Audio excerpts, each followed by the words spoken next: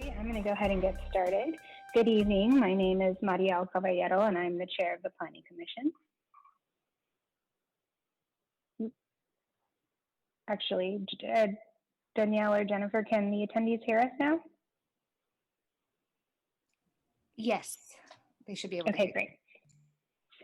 Okay, good evening. My name is Maria Caballero, and I'm the chair of the Planning Commission. Welcome to the Planning Commission meeting. This meeting is being held via Zoom conference call due to the COVID-19 crisis. Members of the public may participate by following the instructions listed on the agenda.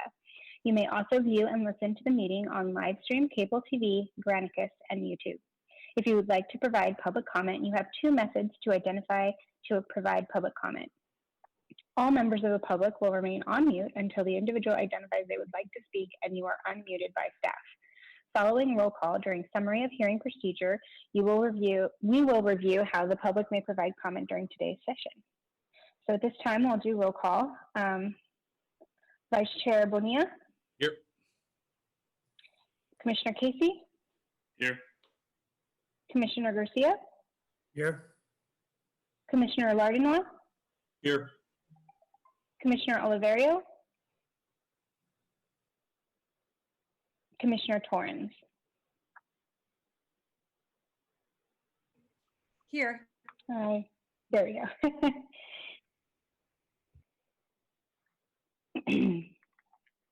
Great. So if Commissioner Oliverio joins us at a later time, we'll announce him when he joins. The summary of hearing procedures are as follows. After the staff report, applicants and appellants may make a 5-minute presentation. City staff will call out the names of the public who identify the items they want to speak on. You may identify yourself by the raise hand featured on Zoom, click *9 on your phone, or you may call 408-535-3505 or email planning support staff at sanjoseca.gov and identify your name, phone number, and what items you would like to speak on. As your name is called, city staff will unmute you to speak. After we confirm your audio is working, your allotted time will begin. Each speaker will have 2 minutes. Speakers using a translator will have 4 minutes. After the public testimony, the applicant and appellant may make closing remarks for an additional 5 minutes each. Planning commissioners may ask questions of the speakers. Responses to commissioner questions will not reduce the speaker's time allowance. Staff will unmute the speaker to respond to the commissioner. The public hearing will then be closed and the Planning Commission will take action on the item. The Planning Commission may request staff to respond to the public testimony, ask staff questions, and discuss the item. If you challenge these land use decisions in court, you may be limited to raising only those issues you or someone else raised at this public hearing or in written correspondence delivered to the city at or prior to the public hearing. The Planning Commission's actions on rezonings, pre-zonings, general plan amendments, and code amendments is only advisory to the City Council. The City Council will hold public hearings on these items. Section 20.120.400 of the Municipal Code provides the procedures for legal protest to the City Council on rezonings and pre-zonings. The Planning Commission's action on conditional use permits is appealable to the City Council in accordance with Section 20.100.220 of the Municipal Code. At this time, I'd like to call this meeting to order and move to public comment. Staff, do we have any speakers for the public comment items not on the Planning Commission agenda? Yes, we do. We have, I believe his name is Alex, and his name is under Ingrid. Alex, you are unmuted. Please unmute yourself and begin to speak.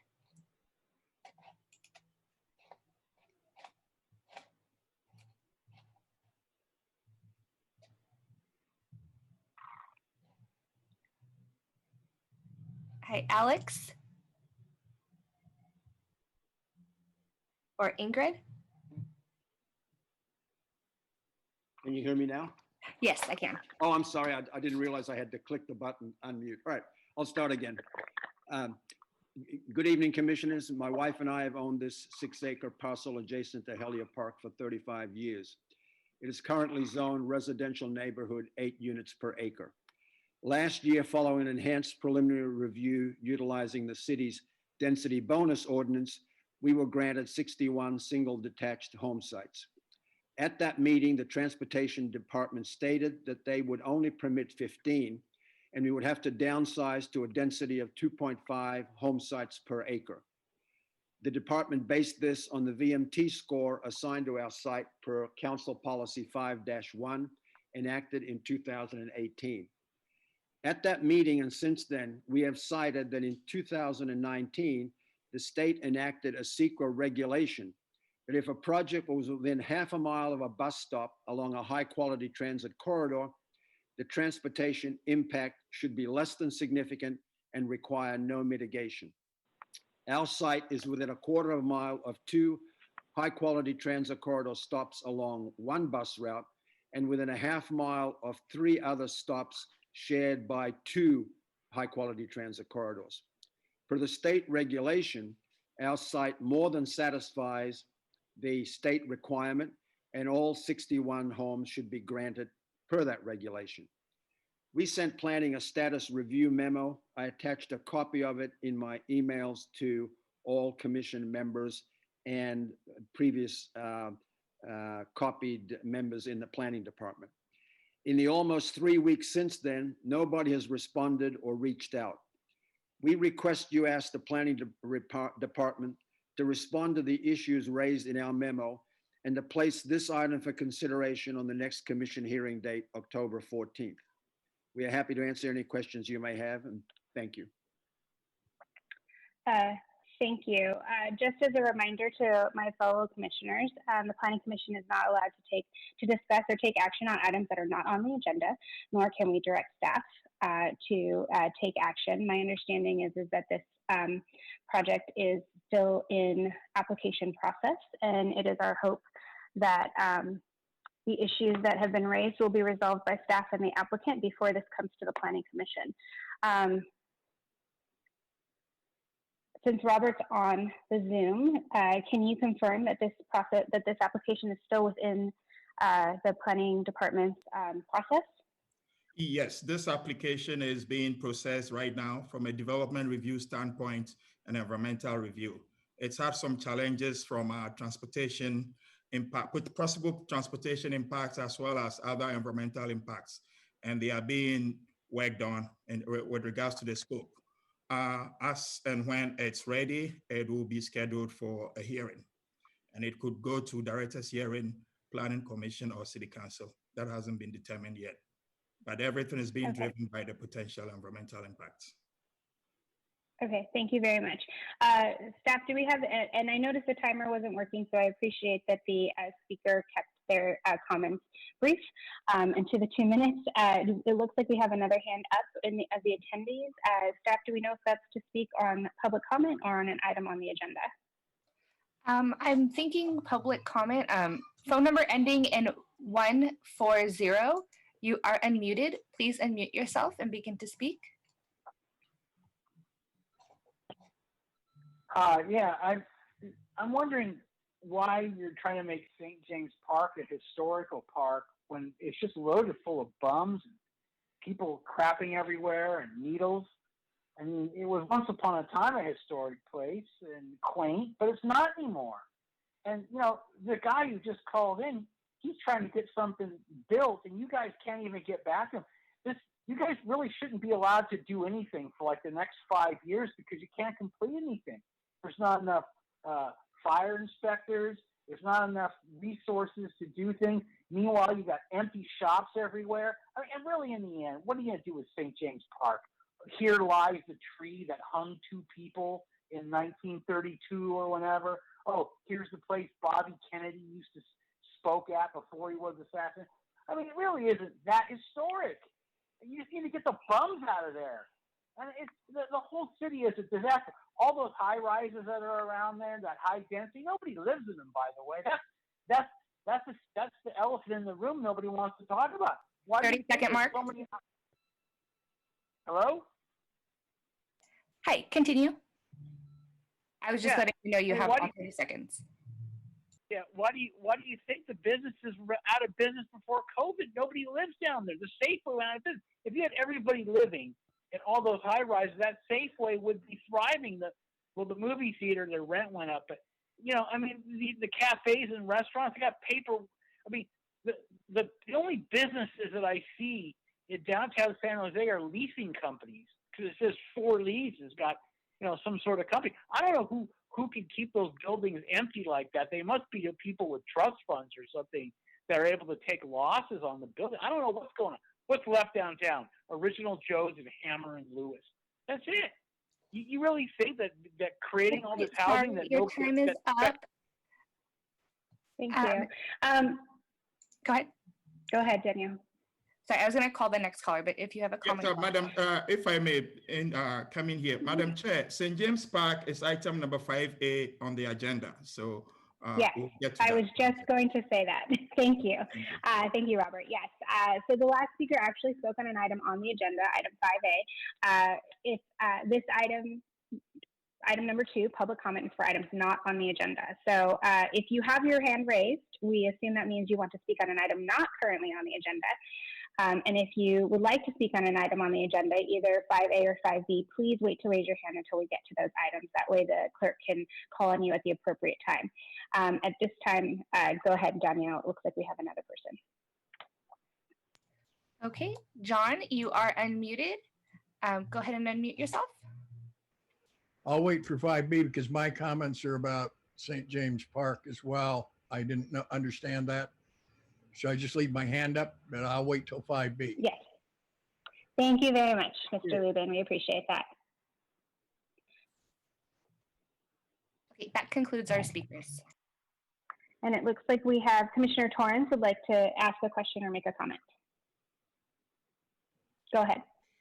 Thank you. I have a question for planning staff on Alex's comments. And I know we're going to be addressing this as it goes through the process, but I'm just wondering what staff has done to communicate with him and his wife about their project. Thank you.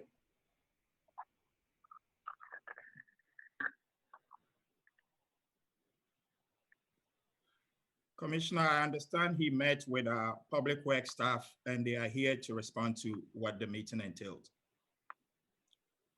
Hi, this is Manjeet Benwait with the Department of Public Works. Since we've actually been in communication with the applicant since January of this year. Furthermore, the project did hire Kimley Horn Associates, a traffic consultant, to take a look at the project. And we've responded with the formal transportation scope back in August. And since then, we've also met again with communication in regards to the transportation aspects of the project. And so we'll continue to provide both written and verbal communication with the applicant in response to the letter that was submitted. Thank you.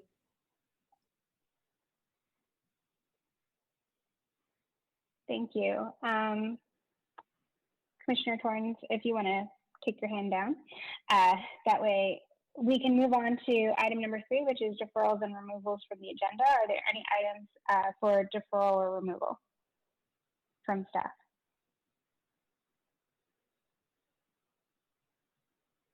Seeing, oh, you're on mute, Robert. Not that I know of, and none has been brought to my attention. Okay, great. There are no items on the consent calendar. So we will move to item 5, which is our public hearings, and we will start with item 5A, which is, give me 1 second.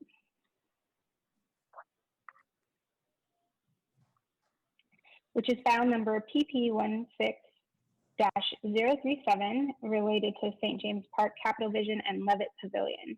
Staff, do we have a report? Yes.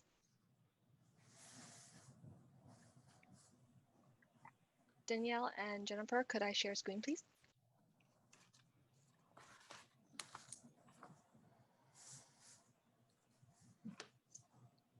Thank you so much. Good evening, commissioners. This is Tai Chao Lee, Supervising Environmental Planner with the Planning Division. Before you tonight is a unique project with staff recommendation that are not exactly something you have seen before compared to other planning projects. So as part of the outreach effort for this project, the St. James project, we are bringing this item to Planning Commission today for a recommendation of the Environmental Impact Report, EIR for short, to City Council, and an opportunity for you all to provide comments if you have comments on the project itself to Council. However, there are no actions to recommend or approve any project today from the Planning Commission. So I will, oh, give me a second, sorry. There you go. So this is a publicly initiated project. This is a city project. The applicant technically is the Department of Parks, Recreation, and Neighborhood Services, PRNS for short.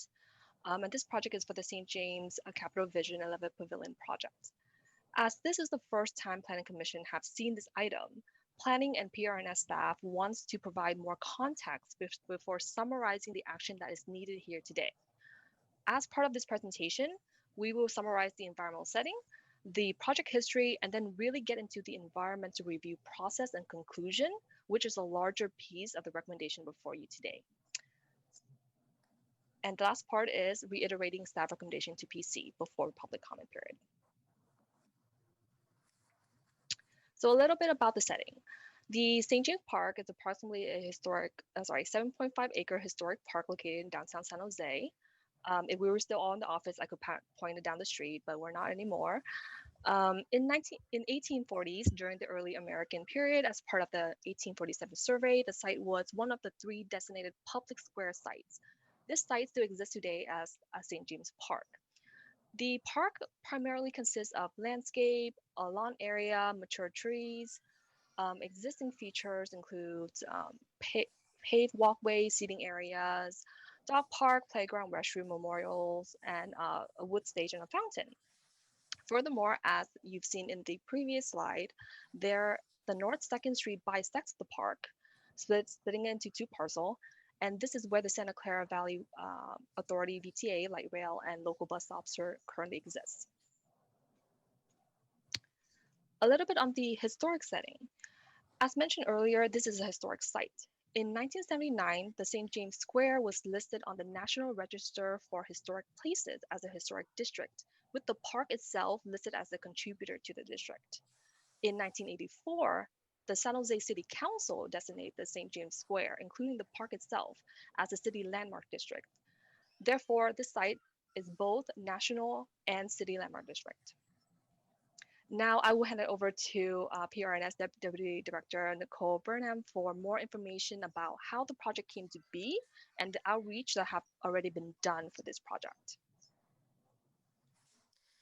Thank you, Ty. Good evening, Commission. I'm Nicole Burnham. I'm Deputy Director of the Capital Programs in the Department of Parks, Recreation, and Neighborhood Services. And with me tonight presenting also is going to be Katie Martin from the city's Public Works Department.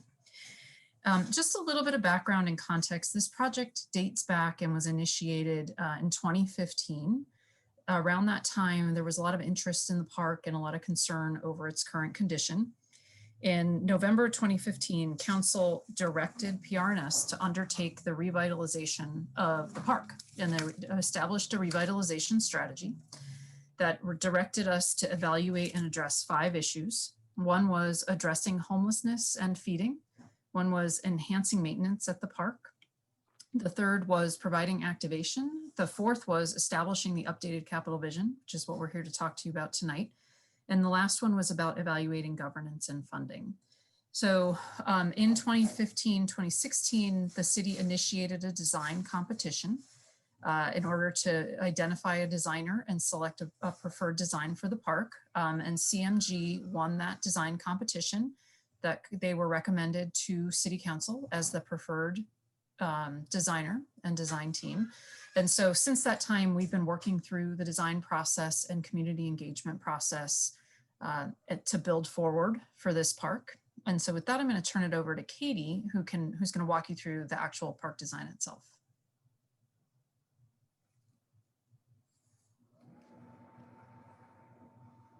Can you change the slide, please? So first, I'll just give you a really quick overview. The proposed project includes the demolition, reconstruction, and new construction of major park features, including park pavilion, cafe, restroom, picnic pavilion, dog parks, and several other amenities that I'll walk through in a moment.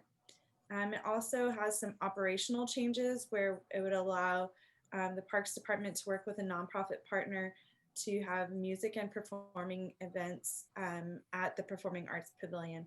And there would also be transportation, pedestrian improvements that are related to those operational changes, including, most importantly, the closure of 2nd Street to reconnect the park as it was historically, as much as we're able to now. If you could go to the next slide. So this is a site plan overview, and I'm just going to quickly walk everybody through it so you understand the general layout of what's being proposed. The strategy that the design team came up with was to have activate the core, connect the park monuments, and to reinvigorate the historic edge. So on the edge of the park, we'll work from the outside in. On the edge of the park, we have new perimeter gardens that recall the Victorian gardens that were there originally from the era of significance. And then I'm just going to walk counterclockwise, starting with the pavilion. So the pavilion is in the northeast quadrant of the site. The location and the direction of the pavilion were determined in part because of the noise and acoustic studies that were done by the design team to minimize the impact on the surrounding residents. Behind that pavilion, there's a green room and storage area for use of the park. Moving west, there's a cafe with restrooms that would be available for public use. As we continue to move to the northwestern quadrant, there's a McKinley Meadow, which is a passive recreation area. You could imagine having a picnic or kicking the soccer ball around on a Saturday afternoon. Moving further south, we have the fountain. Right now, there's a fountain out there, but it doesn't work. And part of the historic park is having a central fountain that recalls the Victorian fountain, but allows for more modern uses, such as children playing in it and making sure that we have the safety requirements that are needed for it to be an interactive fountain. There's a large custom playground on the site. Currently, there's a custom playground, but it's not all inclusive. And so we want to move forward with a custom playground that would allow for children of all ages and needs to be able to play together. As we move towards the south central area, there's a building that's a docent pavilion. So hopefully it would allow an on-site presence of staff. It also has restrooms in close proximity to the playground for young children and families. Moving further east, we have 2 dog parks, a large dog park and an all dog park. We have a picnic pavilion, again, equipped with restrooms available for the public to use, and a picnic grove, which would have picnic tables, some barbecues, and it would be a place that would be open to the public, but there would be a portion of it that you could have small events. And then connecting all of this, we have the Park Paseo, what we're calling the Monument Walk, and it's a way to really bind the whole park back together. In the mid-50s, 2nd Street was cut through the park, and it really changed the way that the park was able to be one cohesive space. And so using the Monument Walk to help relink that whole space together and have one cohesive park is a major design strategy here. And with that, I will turn it back to Ty. Thank you, Katie. Thank you, Nicole. So here's the environmental portion of it. To comply with the California Environmental Quality Act, CEQA, as you all know and have seen on all the items that come before you in Plan Commission, all projects in the city, private or public, would require environmental review. The purpose of CEQA is to disclose all potential environmental impacts, if any, to decision makers and to the public. The physical environmental impacts are analyzed and measured against the city thresholds such as general plan policy, municipal codes, city goals and practices, and also state laws. So this project, due to its historic context and the proposal to change the physical element of a historic landmark district, the project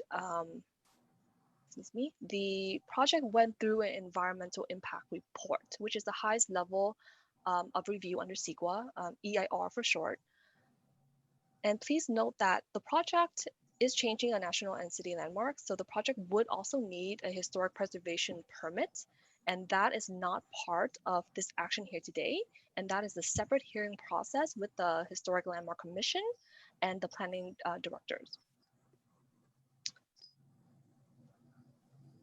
This slide here is just to give you all a general understanding of what the EIR process for a project is like, starting from with the notice of preparation all the way to preparing the EIR, circulating the EIR for public comments, getting those comments and actually responding to those comments and providing those responses to the commenters, all the way up to bring it to the hearing body.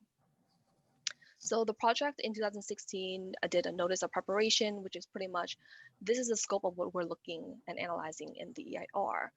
With that, we also had a scoping meeting, which again is a forum for the community to provide their comments. Please also note that the city also recirculated the notice of preparation in 2019 for another 30 days of public comments. Due to regulatory setting changes from 2016 to 2019. A total of 30 public comments were received for both of the NOP period. And these comments, again, were to guide the analysis of the EIR and were addressed in the analysis of the EIR.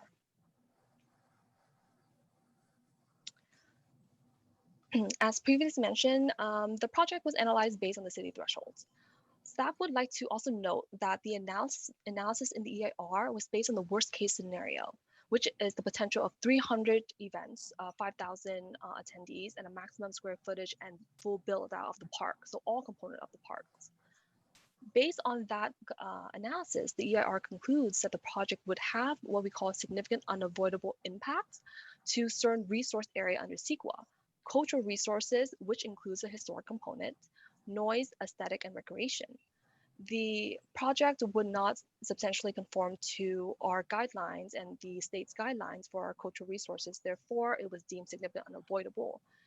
And because the visual characteristic of the park is tied to the historic significance, by having a significant unavoidable impact to the historic and cultural, it also translates to a potentially significant impact to aesthetic and recreation.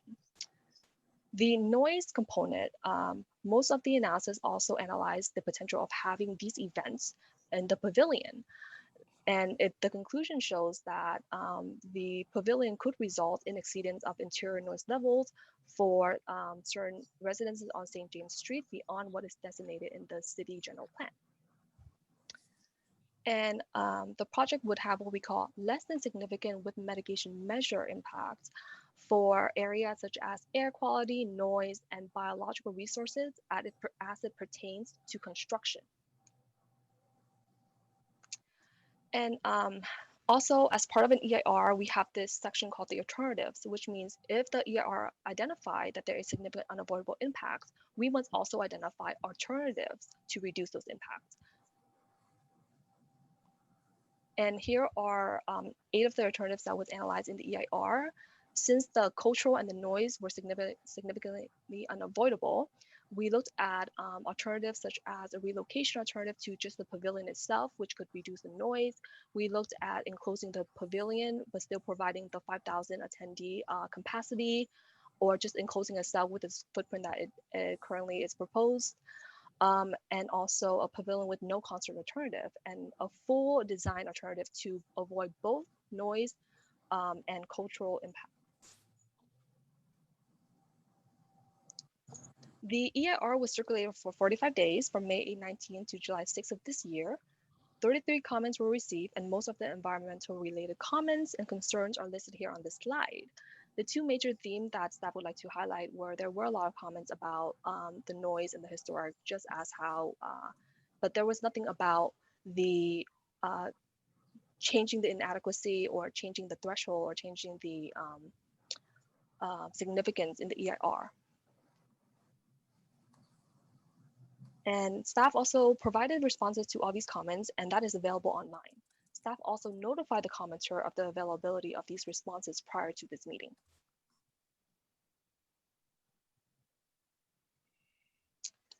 Again, as part of the CEQA requirement, staff identified that the environmentally superior project could be the design alternative, which would avoid all the historic, aesthetic, noise, and recreation.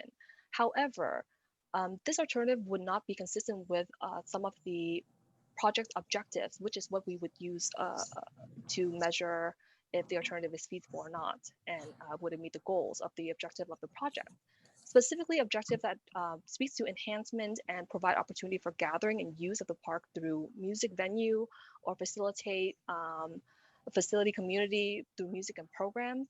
Furthermore, a redesign could reintroduce certain segments that were deemed as historically significant, such as the diagonal pathway of the park that could segment a lot of the programming and functions that the objective of the park on the new project speaks to.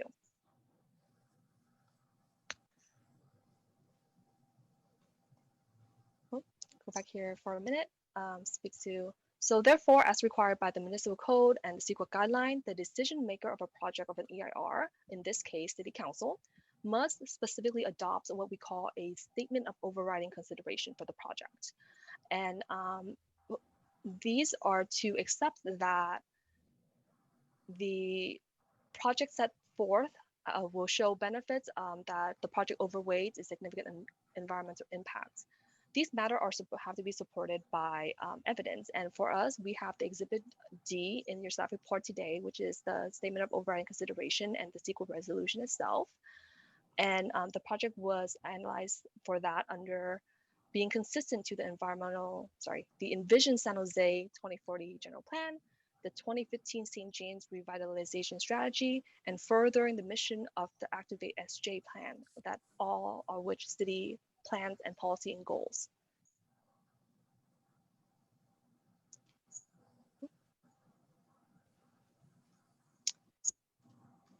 Sorry, looks like I stopped a little bit too early. Give me a second here. I have one more slide to show.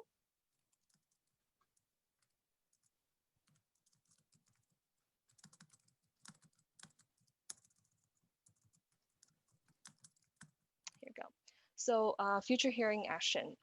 As I mentioned earlier, there is an HP permit with this. Although that is not an action before Planning Commission today, I know that there are a lot of community members who want to know what's going to go on with the project. So the project is still going to go to the HLC on October 7th, and then to director's hearing on the 21st and 28th.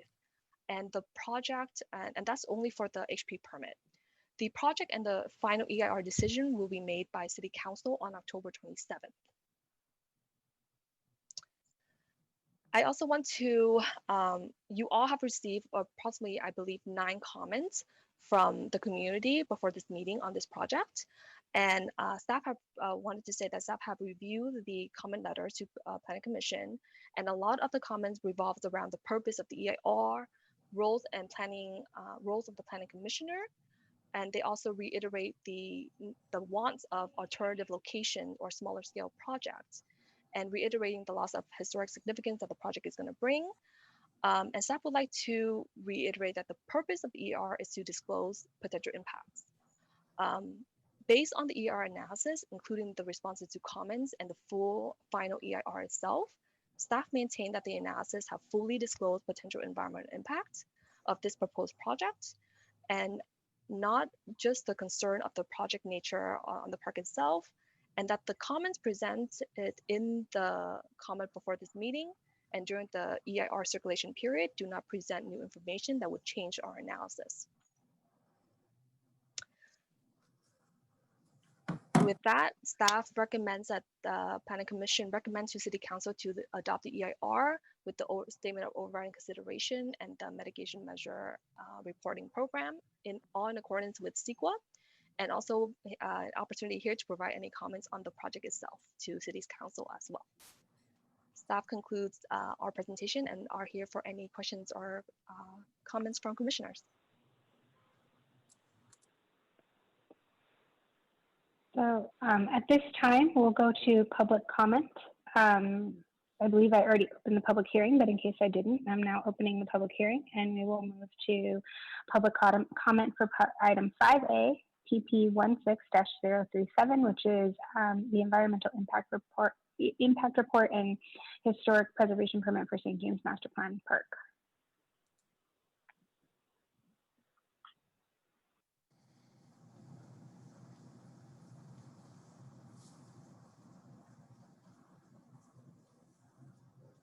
Okay, first we have John. John, you are unmuted. Please unmute yourself and begin to speak.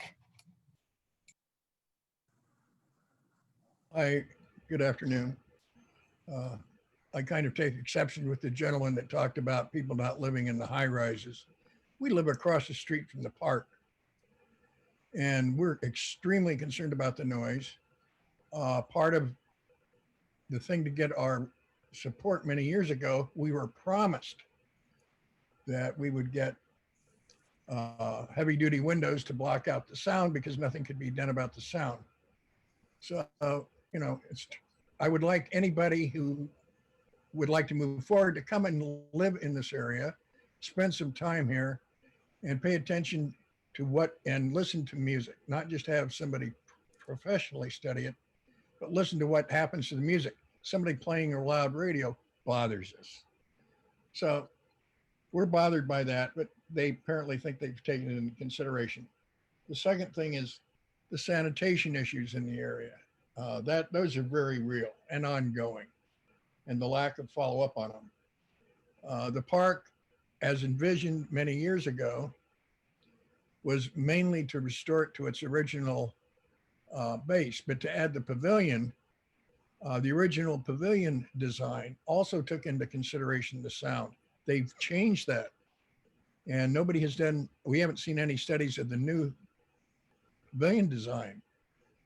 And I mean, it's just outrageous. That's a great plan, but should need a space much bigger than what we have here. And so, as a resident who lives across the street and would be severely impacted 20-second by mark. the project, please put it somewhere else. I mean, there are other areas in the city that aren't used adequately. Discovered Meadow, across the street from the Shark Tank, Cesar Chavez, look someplace else that can use the city. It doesn't have residents nearby. Sorry, time is up. Next we have phone number ending in 140. Please state your name for the record and unmute yourself.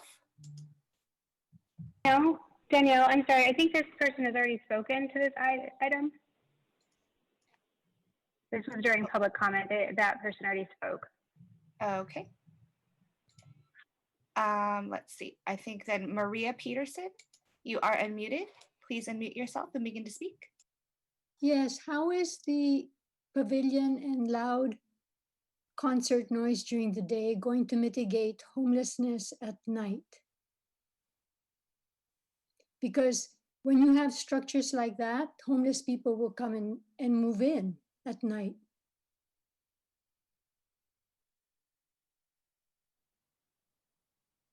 Can you hear me? Yes, we can hear you.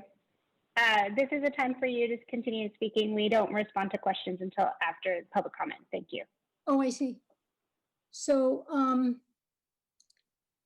the homeless people might not come during the day when there's a lot of activity, but they'll certainly come at night when there are places to sleep and use the lawns as bathrooms and throw trash around. So that's my question.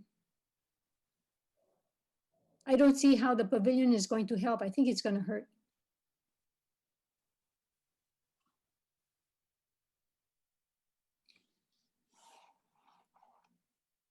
Okay, does that complete your comment, Maria? Yes, thank you. Okay, thank you. Next we have Mike. Mike, you are unmuted. Please unmute yourself and begin to speak.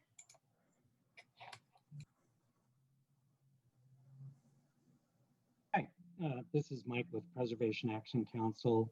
I just had a couple of comments. One is I just want to point out, because it's often, we often talk about this park as being, its historic significance being changed by 2nd Street being cut through and then the light rail.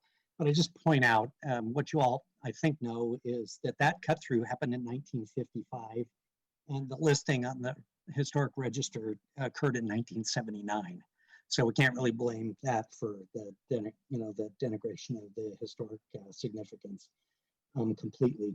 In general, we like the idea of reactivating this park, cleaning it up, making it more accessible to the people. Yet we always have concerns about anything that might affect the historic significance of this district. And the comments by both the HPO and the historic analysts are very concerning. The idea of it losing its historic landmark status, although that might be a distant possibility, is always concerning. We do like that that there is an attempt to keep the monuments and basically to keep them, oriented in the same direction that they were originally in their context. So that's positive. But we are concerned that we share the concern of others that it doesn't look like there was a super serious intent to look at alternative locations for the Levitt Pavilion part of this function. And then finally, I'd just like to say that if the project does go forward, we want to make sure it doesn't go forward in phases that start with the pavilion and potentially leave out the historic restoration portions that we think should really be done first. Thank you. Thank you.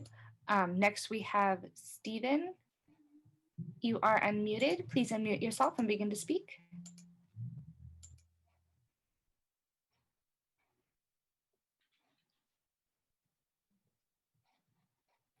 Hi, Stephen or Stefan.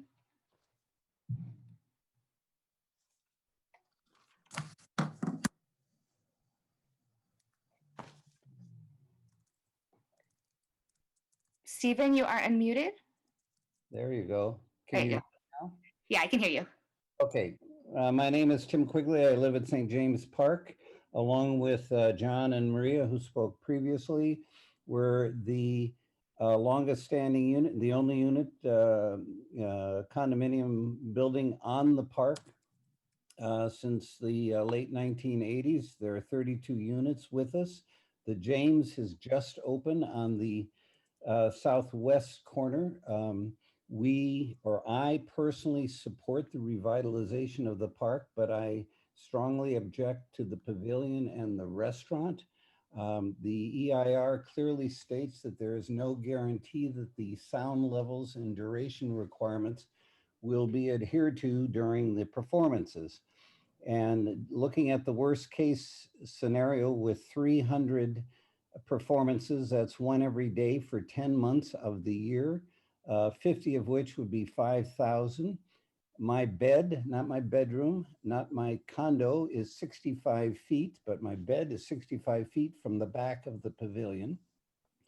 I know staff has stated that they've satisfied all of our questions, but one issue that has not been resolved in this is the fact that both the mayor and the council member Perales have assured us that there would be an ordinance to prescribe base acoustic parameters that has not been forthcoming. So the issue of noise is still unresolved. And so I would suggest to city management that you 20-second mark.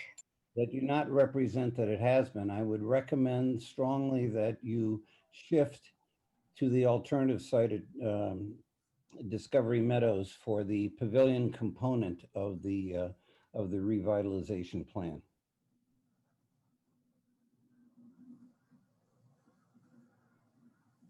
Okay, next we have Rick Holden. You are unmuted. Please unmute yourself and begin to speak.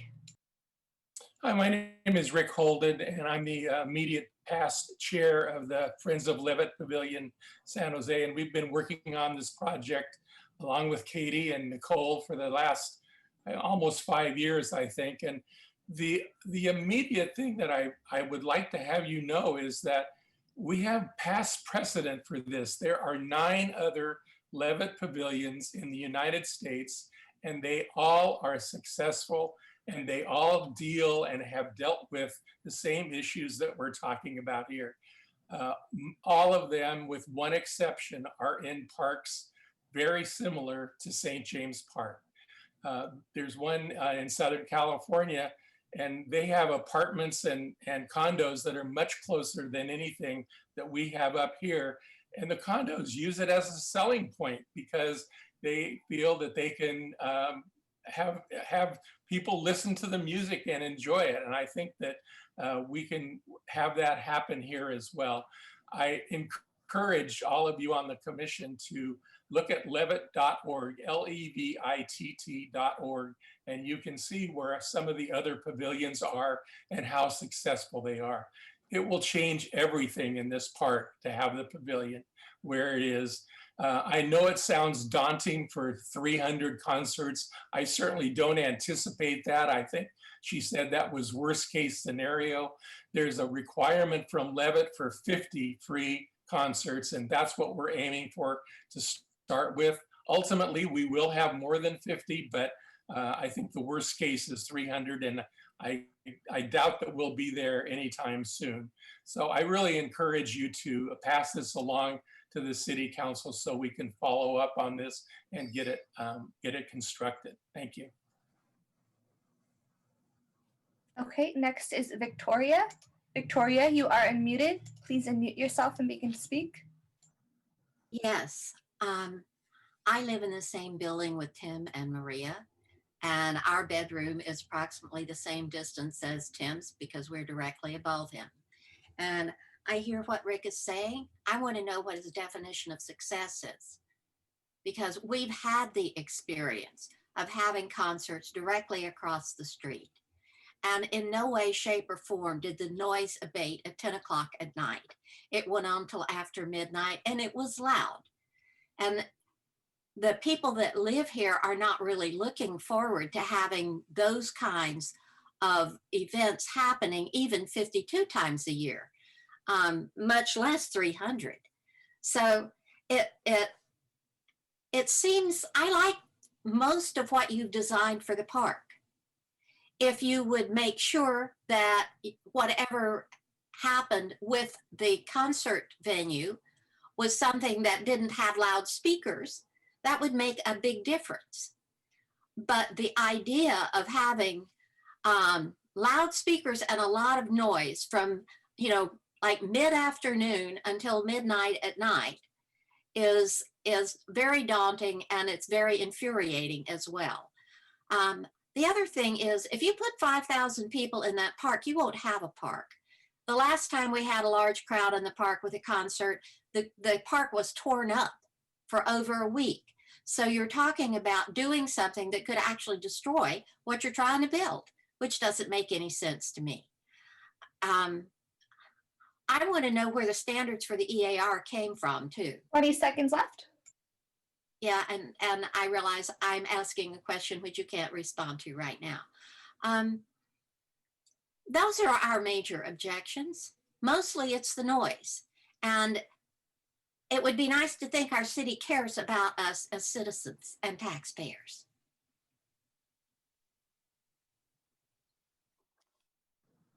Okay, Olivia, you are next. Please unmute yourself and begin to speak.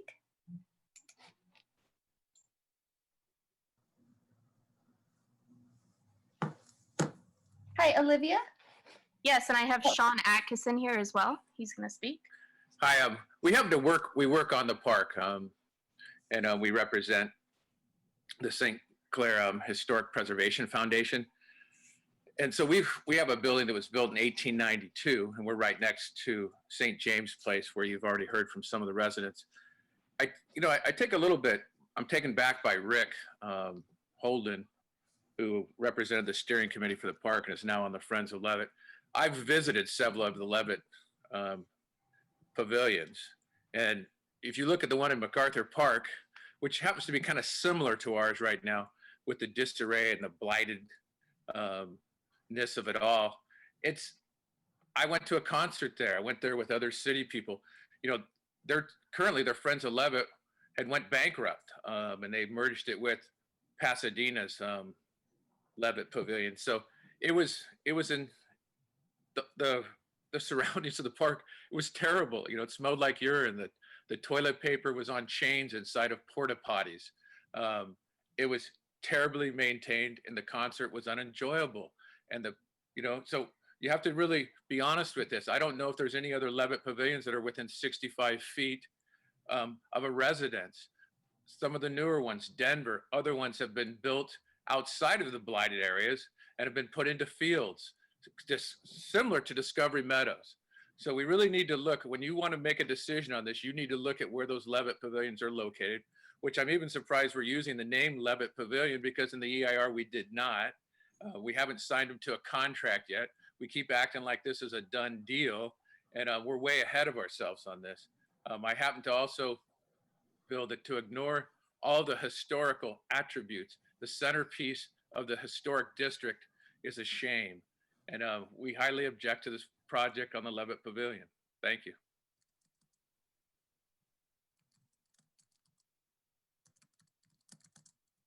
Okay, thank you. Next we have Brian. Brian, you are unmuted. Please unmute yourself and begin to speak. Okay, thank you.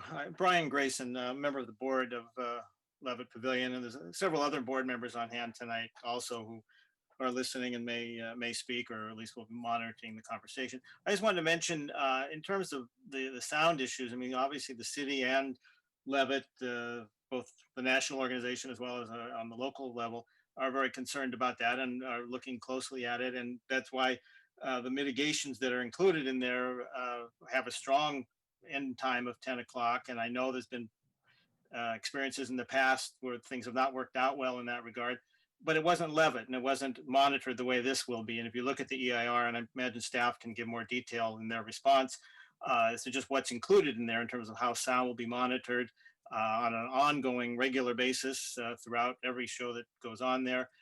So there's real sensitivity towards the sound issues and potential impacts to residents and neighbors. And so I just want to call attention to that, that this is not something that's being taken lightly, and we're looking very closely at it, and every effort will be made to make it as compatible as possible for all the neighbors and all the people who will attend. Thank you.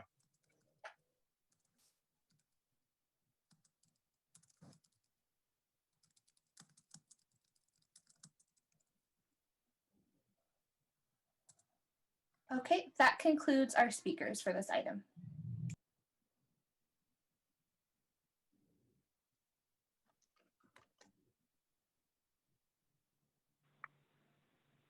Thank you. So at this time, I'll close the public hearing and open it up for Commissioner. Oh, I'm sorry.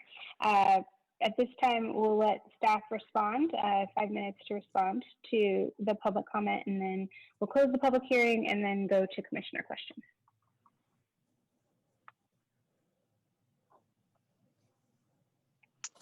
Thank you, Chair. So I actually wanted to answer one of the very specific questions about the EIR itself, which is where are the thresholds coming from? And for the noise, the threshold is directly from our general plan policy, EC 1.1 through 1.7. And in addition to what a lot of the member question about the operation of the future project, and we'll leave that to PRNS staff if they wish to respond now or wait till after Planning Commission comments and questions. And to speak to the EIR regarding the noise and mitigation measure, there is a mitigation measure to stop events by 10 p.m. Furthermore, there are permit conditions that regulates the operation of the park, including sound monitoring. And all that is actually in the Exhibit D of the staff report. And all the mitigation measure and conditions will be part of the operation and requirement for the city when they actually do construct and operate the site. This is Nicole Burnham from PRNS. I can just add into what Ty was saying. Thanks for that, Ty. And echoing and building on what she said, Levitt, as our operator of this pavilion, will enter into contract with the city, and that contract will include performance requirements and standards that will reflect the mitigation measures that are in the EIR. I think the Levitt folks are very aware of what the requirements are and what the EIR is intending to place on them in terms of operation restrictions, and they have agreed that they can operate within that parameter. If they fail to do that, then the city would need to support the community in management and intervention. And I'm hopeful it wouldn't come to that, but if it would, certainly the city would have a responsibility to help manage the activities that are there. And Katie, do you want to add anything more in more detail in terms of the technical analysis? I don't have anything to add, but thank you.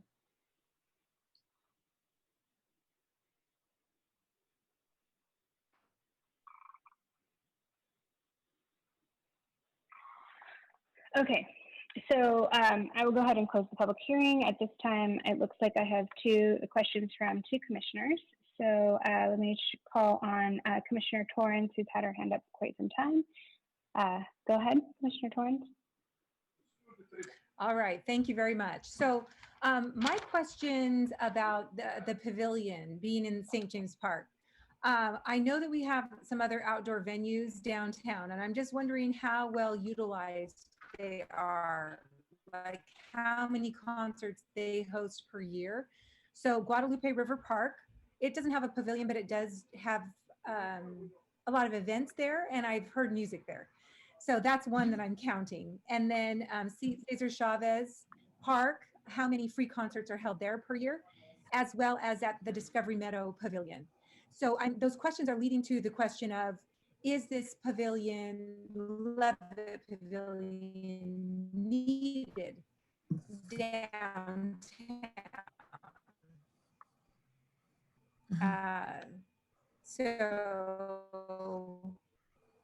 Is there some, maybe PRNS? Sure. Again, this is Nicole Burnham from PRNS, and these Q&A are always a little challenging on Zoom. I can't see everybody, so just Ty, if you need to jump in, let me know, or if I've overstepped you, let me know. So Nicole Burnham from PRNS, thank you for that question.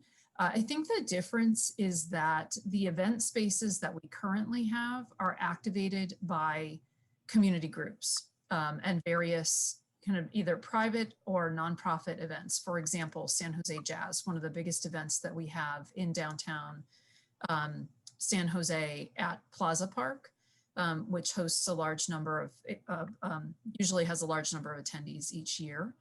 The difference here would be that this would be a dedicated pavilion for family-friendly concerts, right? That is the Levitt mantra, 50 free family-friendly concerts a year. So everything is free. There's no charge for any of the events that Levitt sponsors. And they're geared toward more family entertainment, more daytime. The size of the events might range from, 50 attendees or 10 attendees to the larger events of up to 5,000. The events of up to 5,000 are infrequent at other Levitts. But that's really the biggest difference, that we don't manage. I'm trying to think of the best way to explain it. We don't, at Plaza Park, we have the event space, but we don't promote events there and we don't manage it. It's basically a rental space. Whereas the Levitt space in St. James would be a space that is more actively managed and more consistently programmed. I hope that answers the question. Yeah, it does. And so how frequently are those other places rented and utilized? We're trying to pull up that data right now. Cesar Chavez is pretty much maxed out, about 225 event days a year. So that's fitting more in there. And also the other challenge with Plaza is that the stage isn't at capacity. We have chronic challenges trying to manage that space for events and for professional concerts, because there's no green room, there's no restrooms, there's no concession space.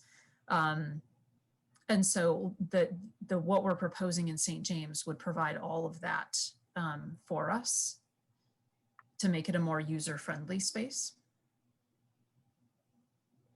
Discovery Meadow doesn't sponsor as many events per year. It's used a fewer number of days, but it's used for much, much larger events. So think about the football championships that were there in January of 2019. Right, many thousands of events. Discovery Meadow is also the one space in downtown that we rent for truly private events, right? So San Jose Jazz can rent, quote, rent Plaza Park for the San Jose Jazz Festival, but that festival is open to any member of the public that can pay the entrance fee. Whereas Discovery Meadow is the one space that we close down for example, the Apple conference has been there the last few years, right? And so Apple pays a fee and rents that space for private use, and the public is not allowed in for any price. And that's really different, and it is the only space of that kind that we have in downtown to rent for truly private uses. No, it doesn't get used as frequently. It's for larger events and a different type of event. All right, thank you very much, Nicole. That answers my questions. Great. Next, I'll call on Vice Chair Bonilla.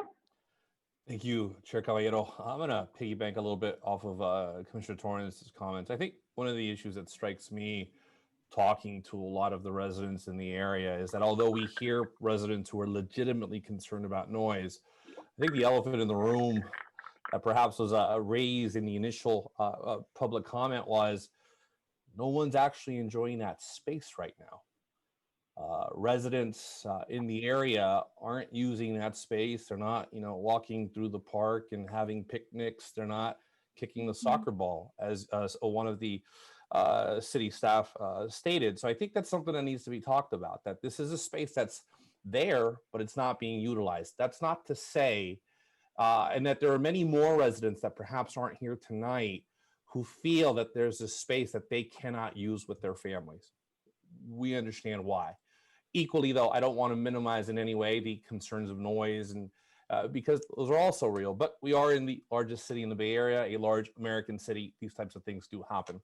Having said that, I do have a question. Assuming this project does get approved, how long before construction begins, and in how long until completion? And I ask that only because for a lot of these big picture projects in my 25 years in government, we're good at the discussions, we're good at kicking it up to different levels. I know when it's time for shovel to the ground, shovel never really hits the ground until another 20, 30 years. So what is realistically what we're looking at here? That's a great question, and thank you for bringing it up. I want to actually also touch on your comments about the use of the space. One of the things we had a lot of discussions about during design development of this space is the idea of episodic activation versus daily activation, right? And so, and really it takes both of those to balance out the needs of a park, right? And to make a healthy and vibrant park. And so what you see in our design is that episodic activation that would be of Levitt and what they would bring, but their daily activation of a significant playground, a signature kind of playground, this daily water feature. Think about how active the fountain is at Plaza, right? And how much the community loves that space. So those kind of activations are really important. It's that day-to-day, like getting people in the park. And so the plan really intends to balance both of those. One of the things we're working on right now is understanding and developing a plan for how we're going to move forward with building this out. I think, Levitt has been doing some work to evaluate their fundraising capacity and evaluate how much money they can put into building out Levitt. The city has about $8 million right now sitting in a reserve account that we will be making recommendations on in the coming months. And understanding, how do we want to move forward? So it's kind of an active discussion right now, actually. So I think your question is a good one. We have money to move forward with a portion of the park, and we're in the process of deciding exactly what that is going to look like. So, and thank you for your answer. So ballpark for that portion that you can fund now, assuming you sail through all approvals, how long before we actually see some sort of construction and completion of that portion? I'd like to think that if we receive council approval on October 27th, as we plan to, and we move into a design phase, that we could, I'm going to actually look at Katie. I'm going to suggest that we could be in construction on some park amenities by 2022. but I'm going to ask her if she, And you don't have to be specific. I Yeah. understand these things move, but just ballpark. yeah, part of it depends on what we build, but Of course. do you want to give some feedback on that? No, I think what you said is in alignment with what it would really take to get shovels in the ground. We're at 25% design right now. So moving forward, there's still design to be completed. And then there's the public procurement process to go out and get a contractor on board and then to start. And so, it takes a little bit of time for those things to happen. So 2022 sounds, early 2022 sounds much more doable. I think the only caveat I would just throw in there is, if it's Levitt that moves forward here, they probably need to ramp up some time for fundraising.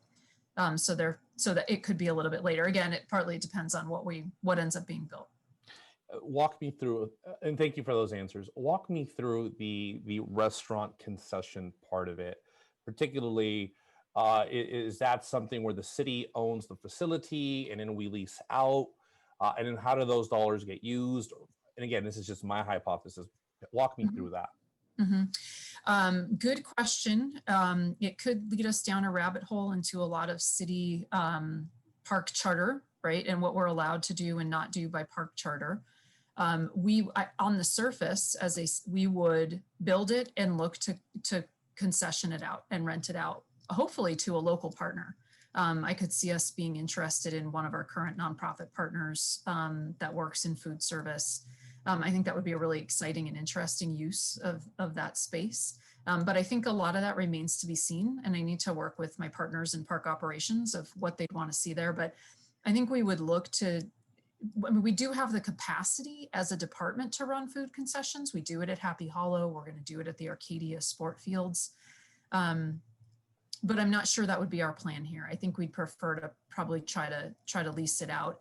The question on park charter centers around the timing, like how long of a lease agreement can we do with a private entity? So there are some details there that we need to work out. But And great job at Happy Hollow, by the way. I love it there.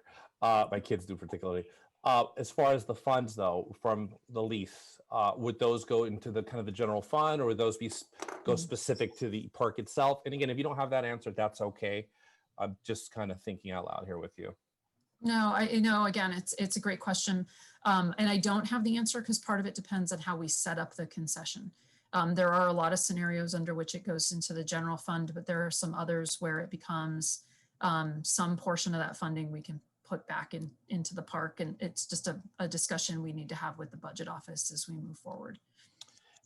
And lastly, I heard a lot from the public about how quiet and you don't want noise after certain hours. Going back to my earlier comment, this is the downtown of the 10th largest city in the United States, the largest city in the Bay Area. Is the current quiet of the community by design, or is it part of the issue that you're actually trying to resolve by bringing this park, something that you really didn't want to have, but you're looking for a way by which to make your downtown vibrant?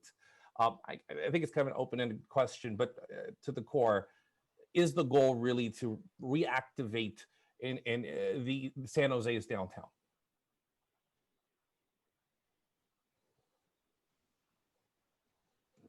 Did I freeze?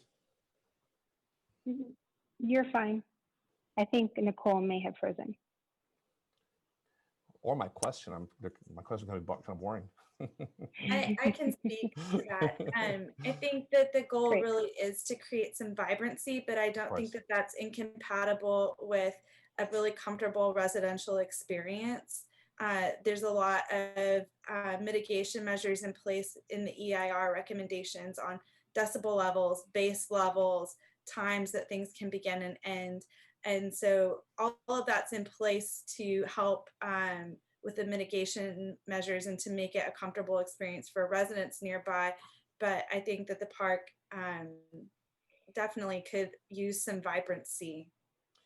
And Katie, thank you for that. And I wasn't implying that it was an either or proposition. So I do appreciate you taking that next step. But no, I agree.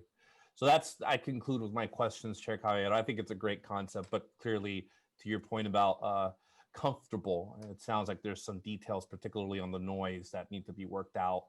I think fundamentally the question is that something that gets worked out at our level? Or in my mind, I think it's something that needs to get worked out at the city council level. But with that, I conclude. I yield my time, Chair Caballero. Thank you, Vice Chair Bonilla. I'll call on Commissioner Lardino now. Thank you, Chair. I just have some procedural questions for staff, still learning as a new commissioner.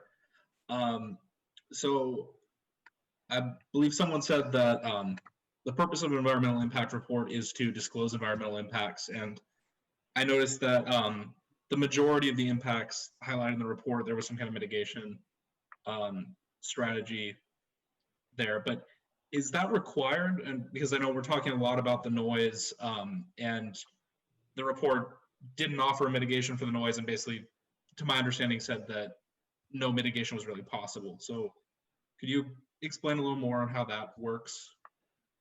Sure. Think I'm trying to find a way to say this without so much jargon. Sure. But yes, so when we say significant unavoidable impact, it does not mean that we haven't applied all the mitigation measures to the extent feasible. So again, it's about feasible mitigation measure, right? And for example, the cultural section is we say that it's significant unavoidable just because of the design and how we program it and how we have taken away certain things such as the diagonal pathway, and it doesn't meet certain guidelines. We do have mitigation measure, but the design is as proposed and the objective of that design is as it is. Therefore, we can't fully just say rip up the project and therefore no significant unavoidable impact. So it doesn't meet the project and it doesn't meet the objective of the actual, just this is the project. It is what the project is what it's proposing. For the noise, in addition to that one mitigation measure you've seen regarding limiting the time that the project can operate to or the pavilion can operate to, like I said, there were other conditions that have already been vetted through PR&S staff that these are going to be part of their operational procedure. Therefore, they wouldn't call out mitigation measures, but more project conditions and project components. And those are the components that will pretty much kind of not mitigate, but restrict the operational when it comes to the noise. But even with that, when we did the analysis and we did the modeling, it still doesn't meet the threshold of the CEQA threshold, which is the for the noise purpose is the general plan guideline and the general plan policy. Therefore, it's still significant unavoidable with mitigation measure. Gotcha. So just to clarify that, within an EIR, the lead agency is required to ensure that all impacts are mitigated. However, after mitigation, there may be residual impacts. In some areas, you mitigate everything to less than significant levels. In other areas, there will be residual impacts. And for this one, there is a residual noise impact after mitigation. And the EIR is required to disclose that. So that has been disclosed that even with all the efforts made, there will be residual impacts after mitigation. thank you both for clarifying that. And Chair, is it all right if I ask another question as well? Yeah. Okay. So then also just more about the timeline of this. So this is the environmental impact report. The staff recommendation is to recommend the City Council approve the report. And then is this a project? I mean, I think it's the first time since I've been on the commission we've seen something that's actually being done by the city itself rather than a private development.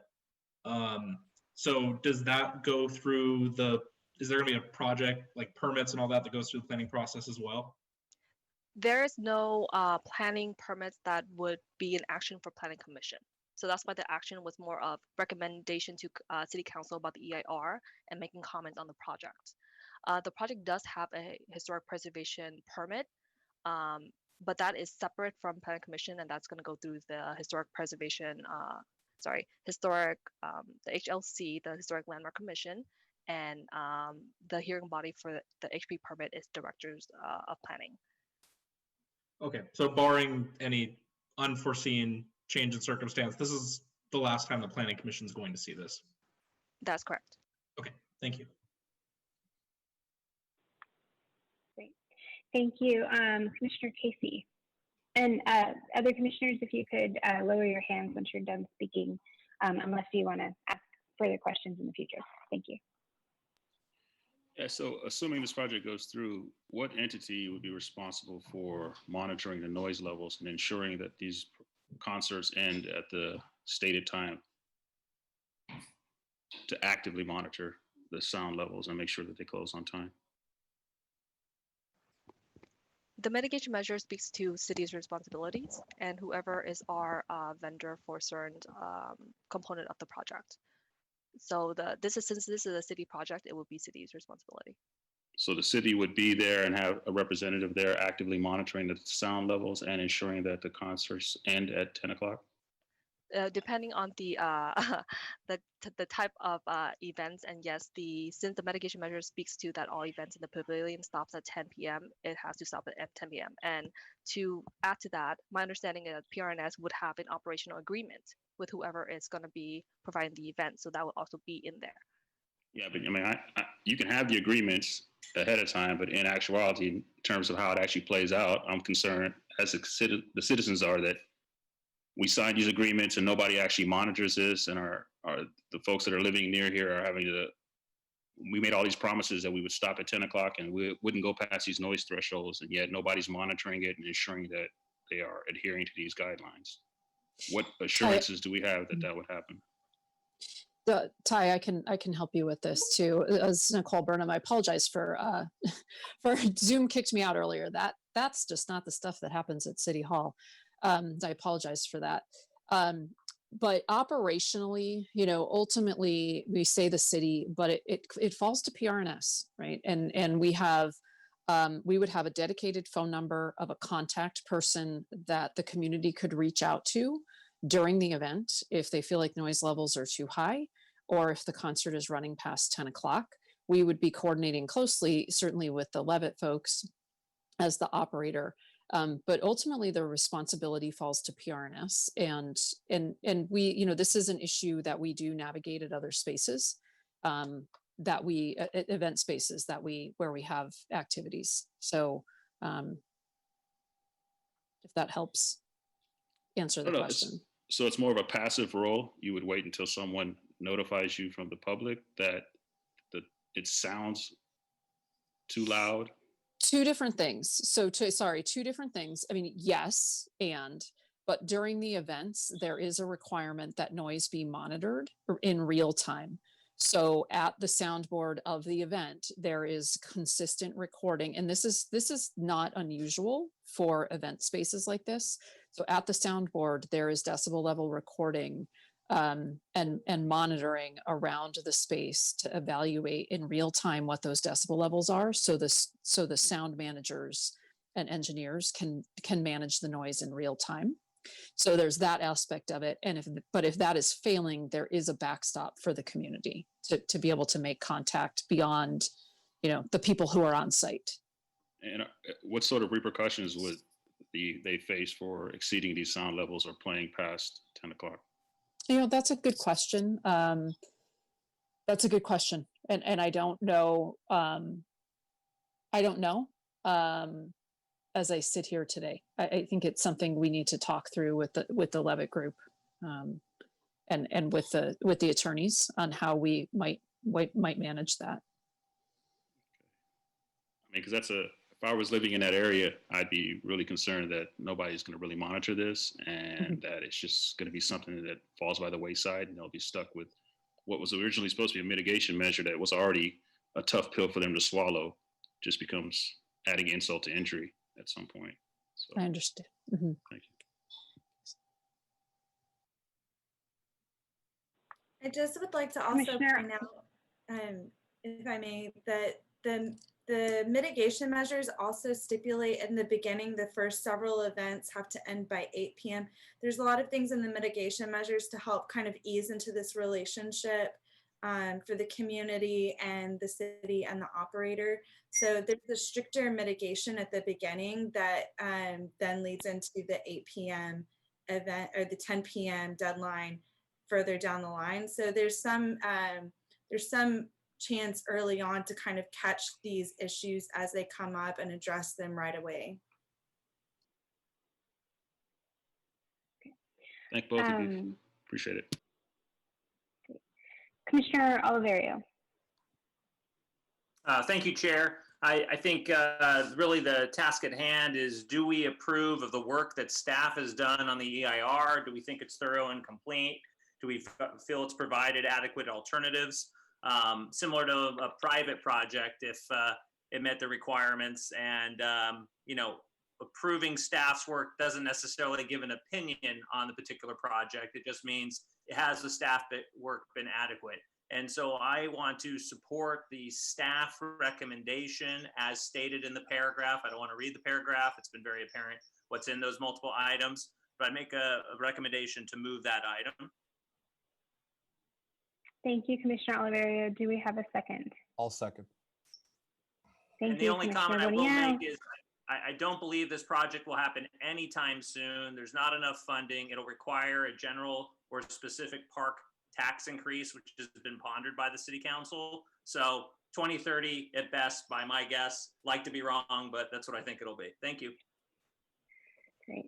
I'm going to take Chair's prerogative and ask one question before I go to Vice Chair Bonilla again, who has another question. And then Vera, did you want to make a point of clarification or?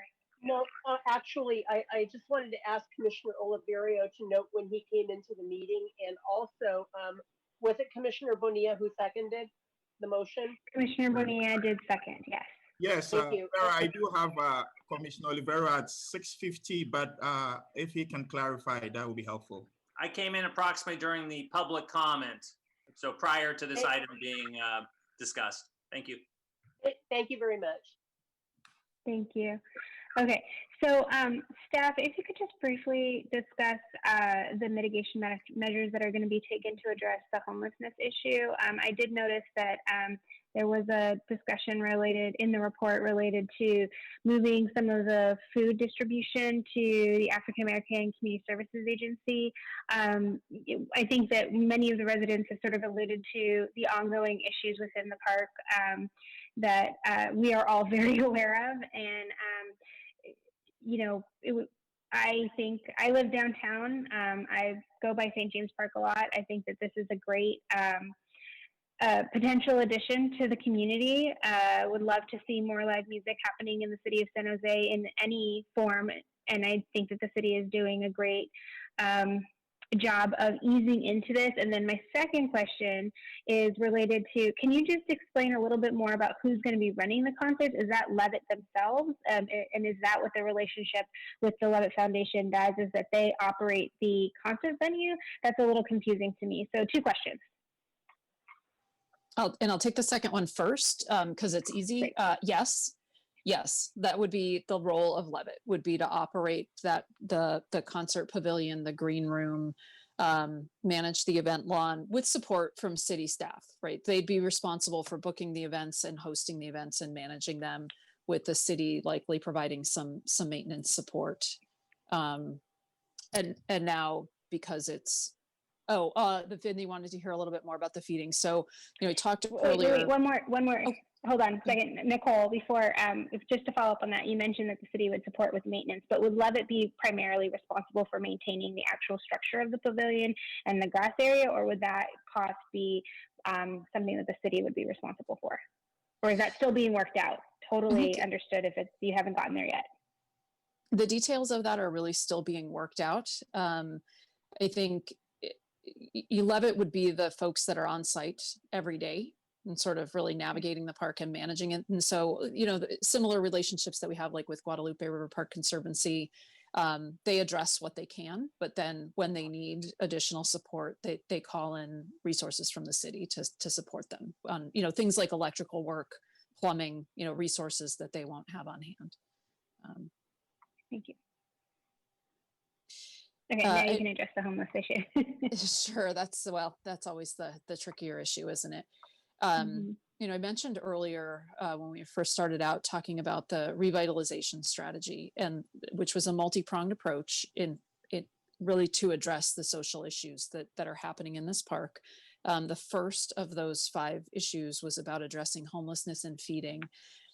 As many of you who live downtown may recall, there was a time when there was a lot of people, community groups, who would come to the park on weekends or on any day and provide feeding services to the homeless, which was a source of concern for a number of reasons, one of which it was generating trash that wasn't mitigated. There's also a risk associated with feeding programs, and there are county health department guidelines on how you distribute food in bulk to the public. And so we set about kind of working through that issue. We were able to, through the support of the African American Community Association at OXA, we did set up a program for and had a city vendor who was city supported and city funded working in OXA and kind of helping divert those community groups away from the park and to working within the OXA group. And the group is called Opening Doors. And they would work out of the OXA building to provide those feeding services. And we saw that benefit the park dramatically. And it did help with a lot of the garbage and issues associated with that. That program was a pilot program that actually will end this October. It actually moved outside in April because of COVID. And when shelter in place came into effect, we couldn't do feeding inside the OXA building anymore. We scrambled, found a place outside. But the program is set to end in October. So we're hopeful that eventually we will find funding to continue that. The other thing that will happen, in the longer term is, as we move into construction and build out elements of the park, we would work with our housing department and with the homelessness team to help navigate the folks who are in the park and find them alternative places and work so the contractor has a clear space in which to work. So all of that would happen in construction phase. Thank you. Commissioner Bonilla, you had a follow-up question. Yeah, but I was actually going to also make Comment. the motion that Commissioner Oliverio beat me to. Having said that, I think as far as the noise issue, I'll go back to my earlier point. I think this is something that's going to have to get worked out at the city council level, conversations with your council member, conversations as a whole. But candidly, it's not like we're reinventing the wheel here when it comes to noise mitigation and decibel level controls. I mean, these types of things literally happen all over the country.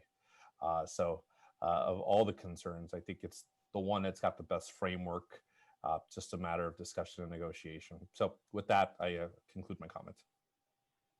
Great. Commissioners, do we have any discussion on the motion from Commissioner Oliverio and seconded by Commissioner Bonilla to accept the staff recommendation?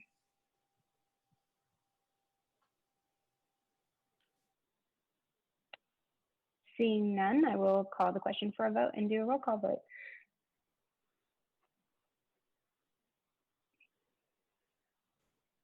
Or just to confirm, this is a motion to approve the staff recommendation? Yes, the motion to approve. Commissioner Oliverio, did you want to speak any further to your motion? No, I think we've covered it pretty well. Thank you. Great, thank you. Okay, so Vice Chair Bonilla. Oh, sorry. Do we have any other information to City Council in addition to the motion to certify the EIR? There's a second part that comes with other additional information. Is there any other? I believe you're looking for comments on the capital park budget. Is that correct? That and any other comments that the City Council will find useful in making a decision. I would just say, Chair, to planning staff that I don't really know what commentary I could make to City Council, as they have purview over the park budget and the prioritization of that budget. We certainly make recommendations in the May meeting on the capital budget, but there's no money to build this thing. This is a long road to go, and we're just approving the EIR. So I don't have any comments personally. Thank you. Okay. With that, we'll go ahead and take the vote. So Commissioner Bonilla. Aye. Commissioner Casey. Aye. Commissioner Garcia. Aye. Commissioner Lardinois. Aye. Commissioner Oliverio. Aye. Commissioner Torrens. Aye. And myself, Chair Caballero, is an aye. That motion passes. I'm just going to give staff a couple minutes to record the vote. Great, thank you. And we will move on to item 5B, which is C19-013, CP19-013, and T20-15, which is a conforming rezoning from IP Industrial Park to CIC Combined Industrial Commercial conditional use permit to demolish one existing office building on Porkmore Avenue and 3 warehouse buildings on Ray Street for the Avenues the World School Project Environmental Impact Report. Staff, do we have a presentation? I do. Great, thank you. Thank you, Madam Chair. Good evening, commissioners, members of the public. Myra Blanco, Project Manager with Planning, Building, and Code Enforcement. For the Planning Commission this evening is a conforming rezoning ordinance to rezone the project site from IP Industrial Park Zoning District to CIC Combined Industrial Commercial Zoning District, a conditional use permit, and a vesting tentative map to allow the demolition of existing buildings and the phased construction and operation of a private school for grades toddler through 12th grades, ages 2 through 18. The project would include the removal of 122 on-site trees, 9 of which are ordinance-sized trees, and the merging of 8 parcels into 1 parcel on an approximately 11.87 gross acre site. The project is located on the northwest corner of Ray Street and Parkmore Avenue intersection. The site is developed with 3 warehouse buildings fronting Ray Street, an office building fronting Parkmore Avenue, 2 commercial office buildings fronting Meridian Avenue, and a detached 4-level parking garage fronting Harmon Avenue.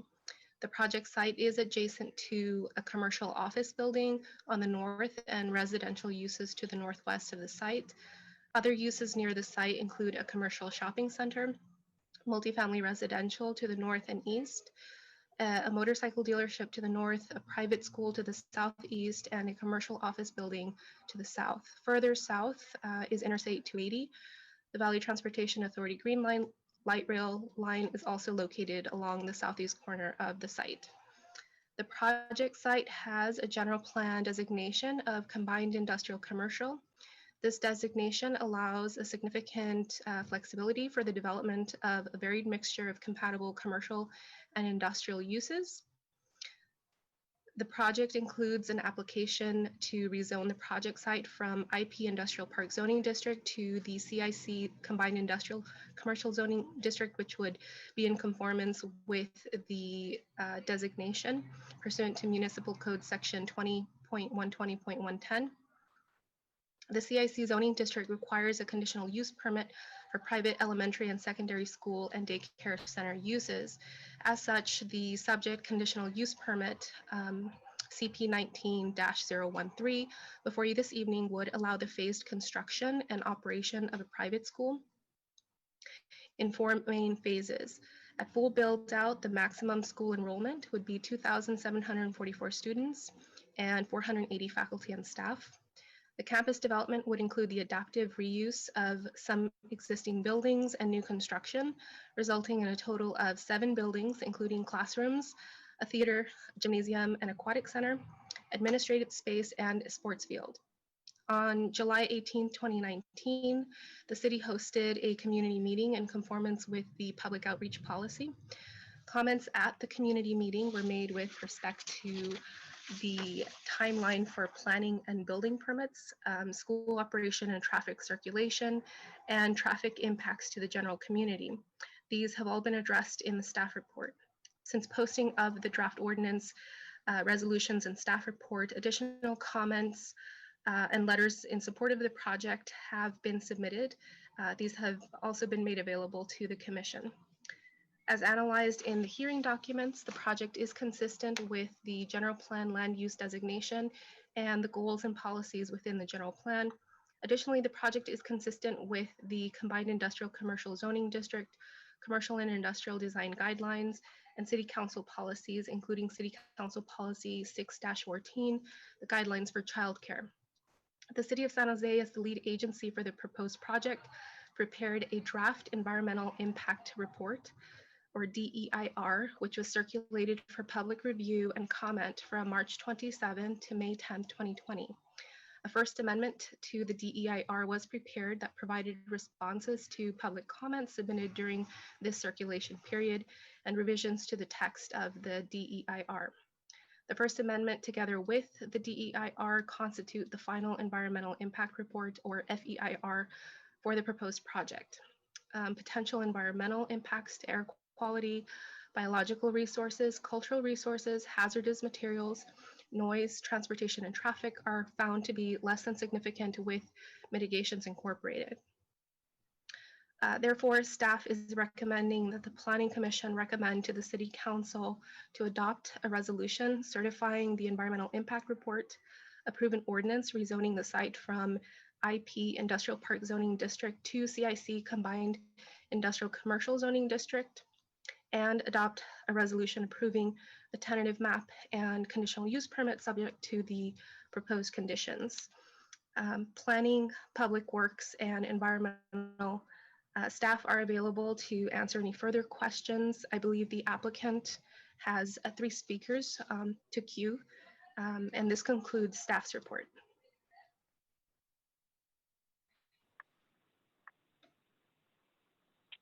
Great. Do we have the applicant here?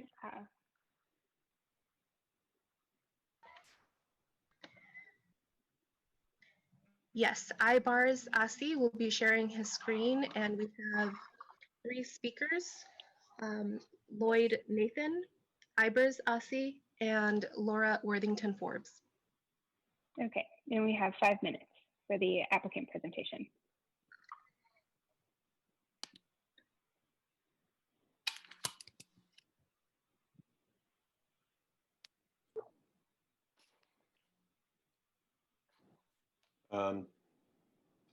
Chair Caballero, Vice Chair Bonilla, and Planning Commission. My name is Lloyd Nathan, and I'm the Executive Vice Chairman of the Board of Avenues.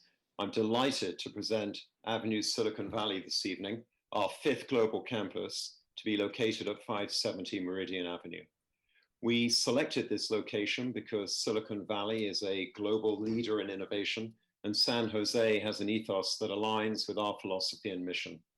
This campus will be a major investment for Avenues of approximately $400 million of total build-out. Avenues has been established as one school with many campuses providing transformative, world-focused learning experiences to students around the globe.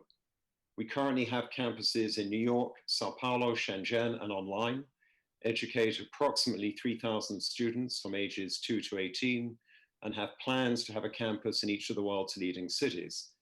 Our mission is to prepare students for an unknown future to be world-wide leaders, uniquely equipped to understand and solve global scale problems. Our board made the decision 3 years ago to locate our next campus in the capital of Silicon Valley. After a long search, we found the perfect home on these 11 acres in Midtown.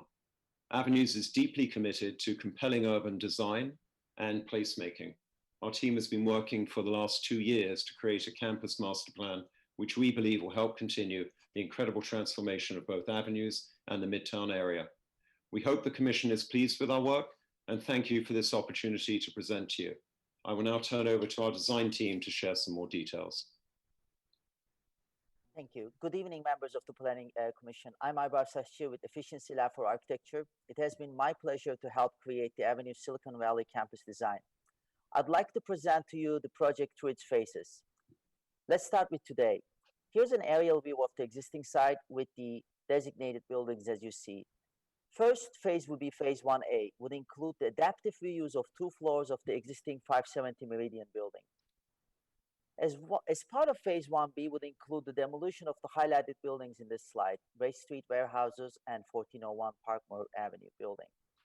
Here you see the aerial view of phase 1B. This phase would include the adaptive reuse of 550 Meridian and the remaining adaptive reuse of 570 Meridian buildings.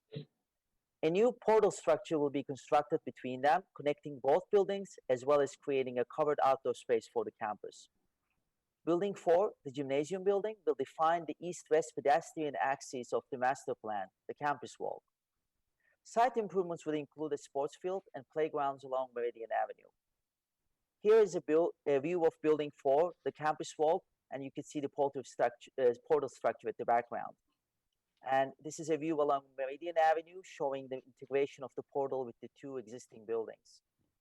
A close-up view of the portal structure and a view within the portal, you could see the interconnecting stairs and bridges integrated with green walls that will form the heart of the campus life.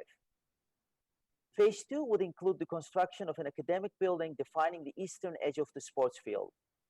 This phase would also create a rooftop playground, as highlighted, at the top level of the existing parking structure, directly accessible from the new gym building.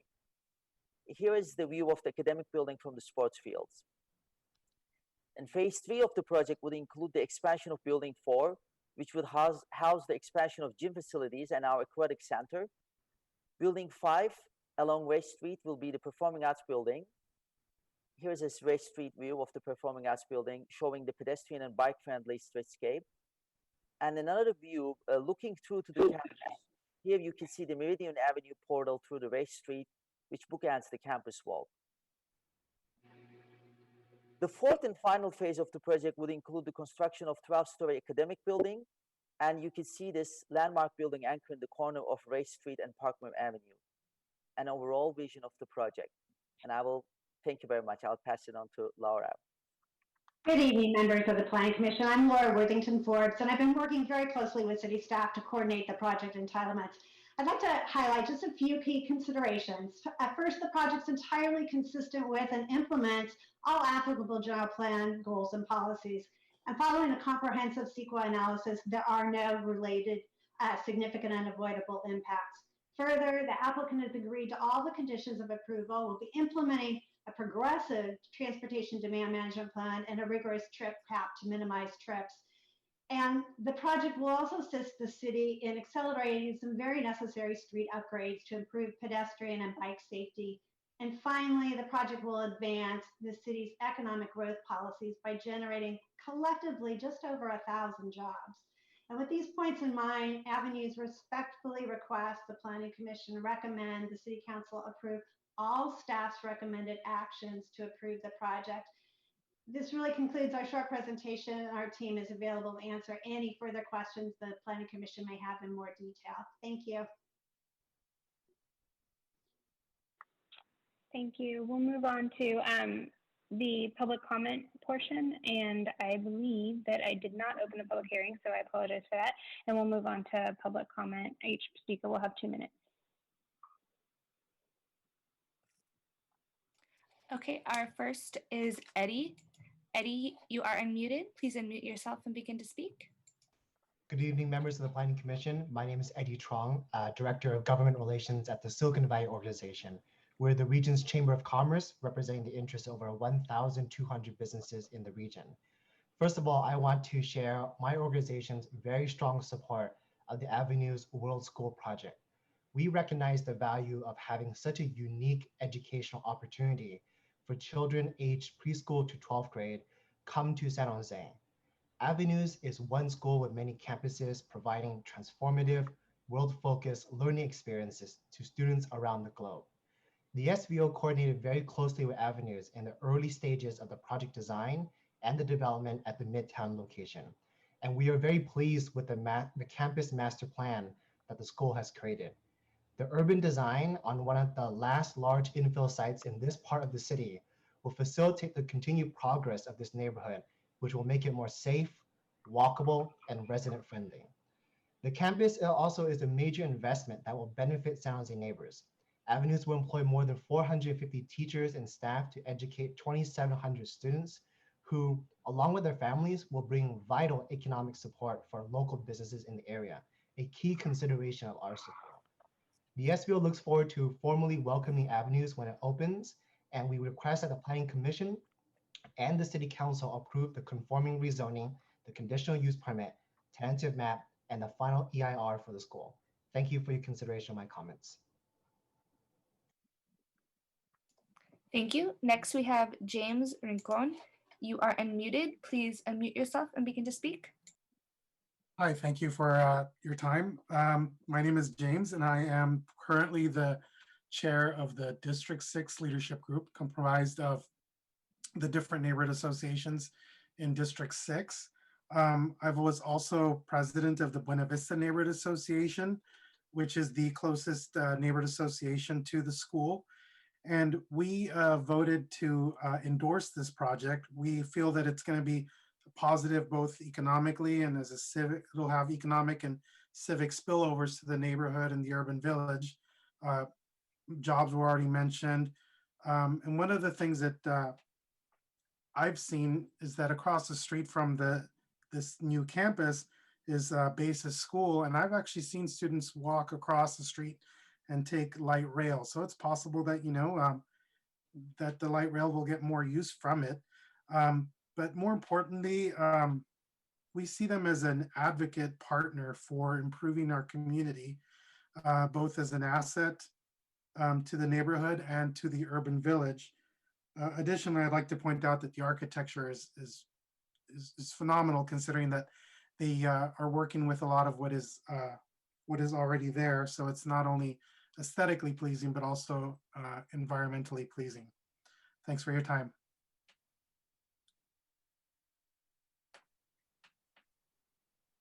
And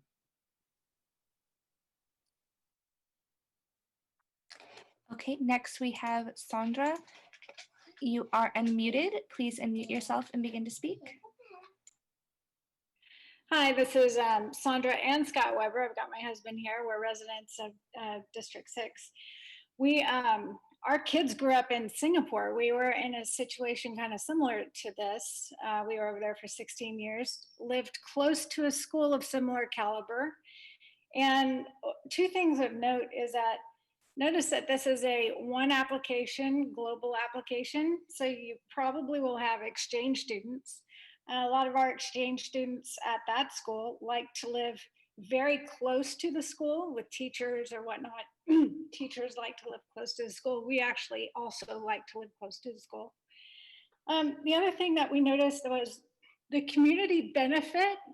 In Singapore, there's a lot of government supported public housing called HDBs.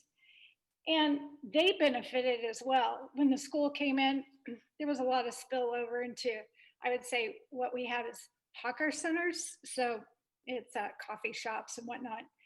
So the local people there really benefited in that area. And it was just a great blend of people, expats who are coming in as well as the locals. So the things you don't see, the benefits of the surrounding impact for the community, is the intangibles are really there. So whether it be the community school partnerships and programs, meetings at the local mom and pop shops, or even Eagle Scout projects in the local area. So yeah, we're all for it. You got Shenzhen and Sao Paulo, and it's yeah, we're all for it. It looks like it's going to be a great benefit to the whole community. Thank you. Next, we have Martin. You are unmuted. Please begin to speak. Yes, hello. My name is Martin Girotarrab, president of Spear Motorcycles and Triumph San Jose. Both my wife, Shay, and I own both dealerships. It's a family-owned business. We are not a corporation. And we believe Avenues is a great addition to the neighborhood. Clearly complements nearby businesses and residences in a very good way. We saw some of the slides of the project, and you saw the infrastructure and improvements to the property and to the community that Avenues is bringing. And I think all this together with the activity of the school clearly will bring an increased value to the properties in the community, to all the neighbors, both business and as well residences. Something I would like to highlight is the early outreach effort that the school had and the level of collaboration with businesses like ours. Before setting up this business, I was in the corporate life and in large global corporations, doing the same type of work, getting, establishing basically infrastructure into new locations. And the work that Avenue has done in terms of the outreach is second to none. We have been engaged as neighbors from day one, and I think it's excellent. So we are all in full support of this project. Thank you.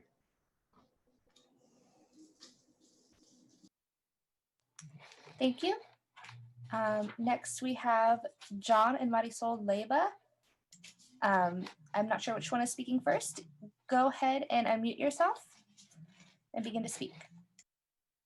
Hi, good evening, planning commissioners and staff. I'm John Leyva. Can you hear me?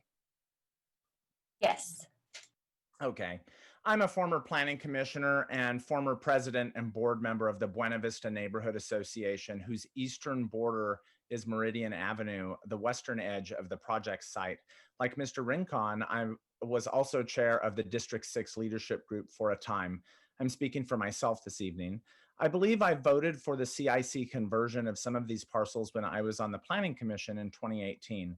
I wanted to share my continued support for this project. It will be a terrific addition to the area on top of the reuse of underutilized facilities that were vacant for a few years.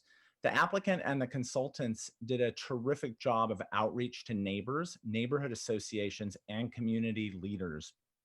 Most importantly, they were receptive to adjusting their plans and making changes and improvements to the plans for betterment, not only of their school and facilities, but of the greater community at large. So great work all around. With respect, I ask that you recommend this project for approval by the City Council. Thank you.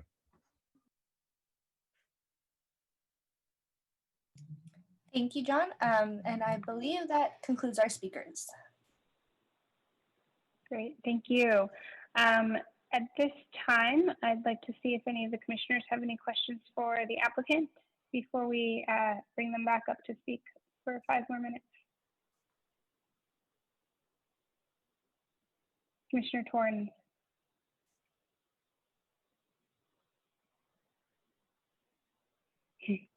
Okay, I think I'm unmuted and I'll take my hand down.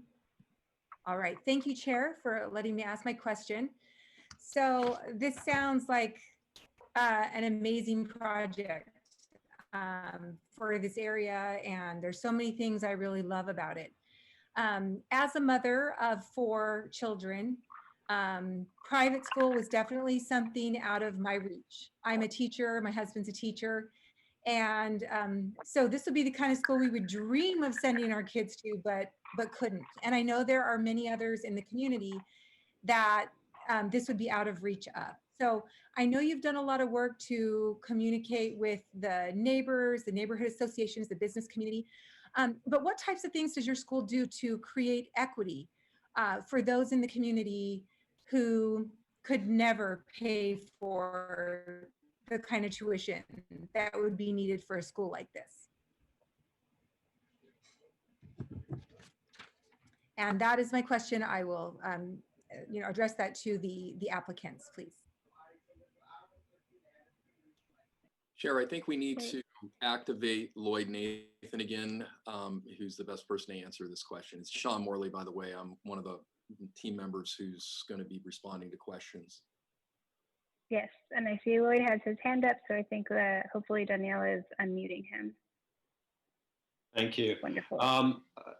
That's very important to us. If a student qualifies to attend Avenues, our goal is to find a way to support them, and not just with words. We have a robust financial aid program. And by way of example, last year in New York, we provided tuition assistance in the amount of $10.8 million US for 259 students. And in Sao Paulo last year at our campus there, which is obviously a younger campus, $3 million to 110 students.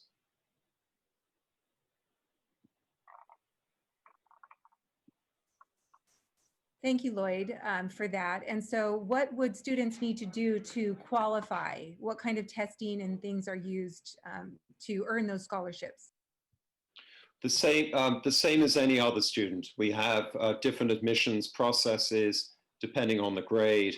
How we would test or assess a 4-year-old is different to a 14-year-old.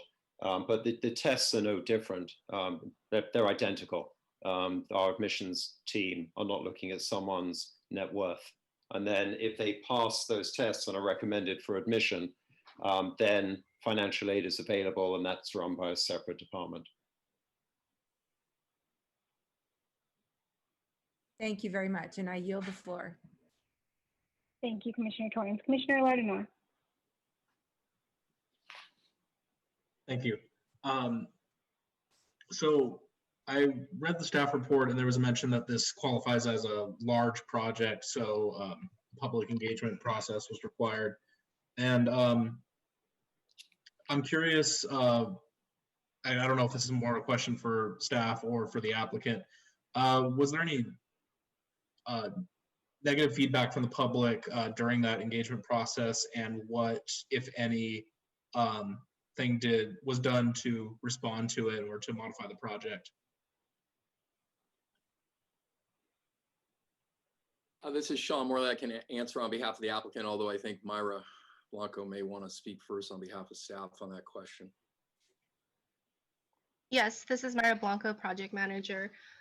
So on page 13, staff outlined when the community meeting took place and some of the comments that were raised at that community meeting that was held on July 18th of 2019. The majority of the comments had to do with traffic concerns. As you would imagine, a school of this size would get those kind of questions.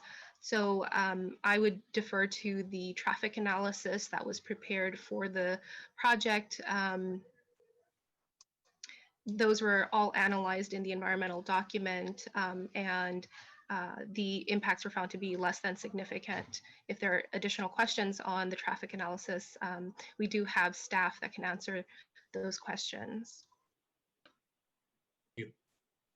And just on behalf of the applicant, Sean Morley, so in addition to the formal community meeting that staff sponsored through, we have held dozens of meetings with individuals and groups throughout the process. I think you heard some of the comments from some of the speakers today, which was quite pleasing to hear.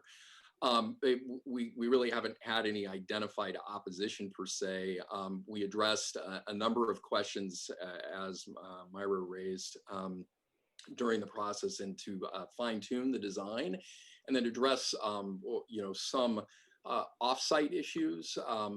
As Laura mentioned during the process, there are some ongoing operational issues with respect to traffic, especially for pedestrians and bicycles in the area. And, Avenues was able to work through a fairly unique funding solution with staff to front load a bunch of revenue to essentially fix and improve the race intersection with the light rail, which we think will be a tremendous community benefit. And that was one of the major issues that we had heard from community members through the process. Thank you.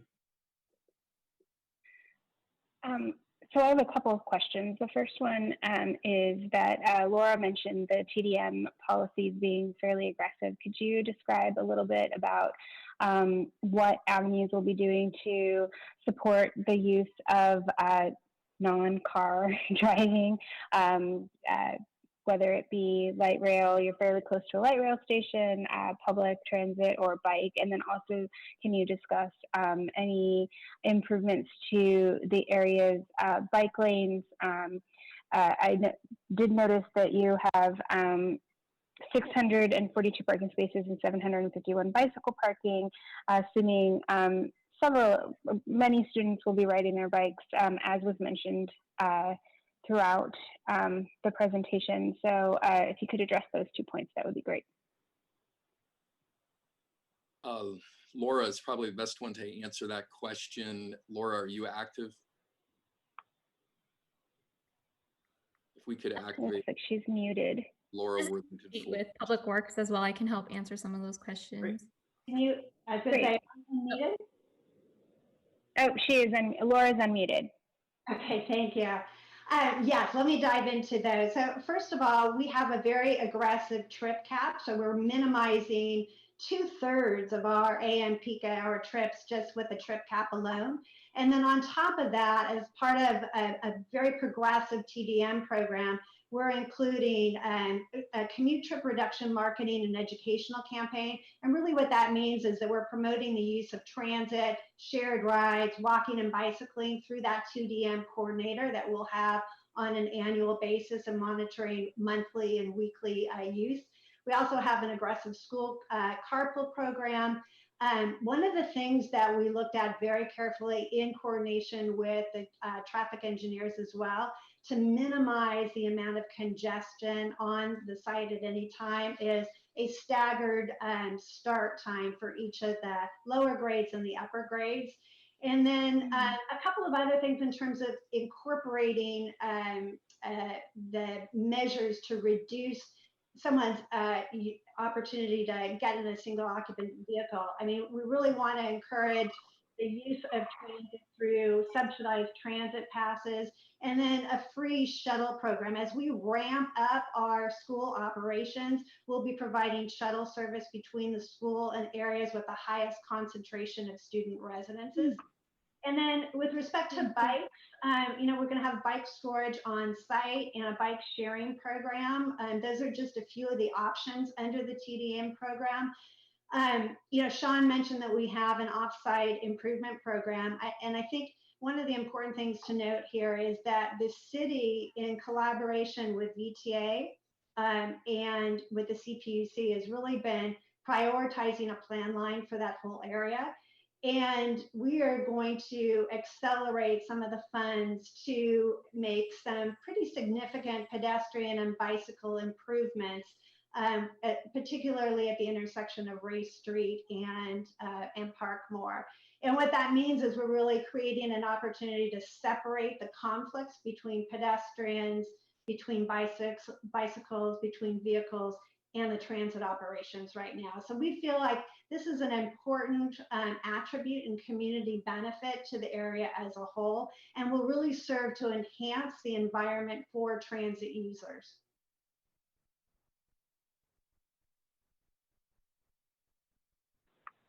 Great, thank you so much. At this time, I'll call on Vice Chair Bonilla if he has any questions for the applicants. I'd like to motion that we approve staff's recommendation. Second. Commissioner Oliveira was the second. I'm going to pause on that for just a moment and give the applicants their final 5 minutes if they'd like to make any closing remarks, and then we can close the public hearing and discuss the motion. Again, Sean Morley, I think we just have Lloyd Nathan's got a couple of concluding comments. If you'd give us a minute, if he's active. Lloyd, go ahead. Can everyone hear me? Yes. Local partnership is a core value for us, and as Sean mentioned, we focused on getting to know our neighbors early in the application process, meeting with dozens of local community leaders, businesses, and other stakeholders.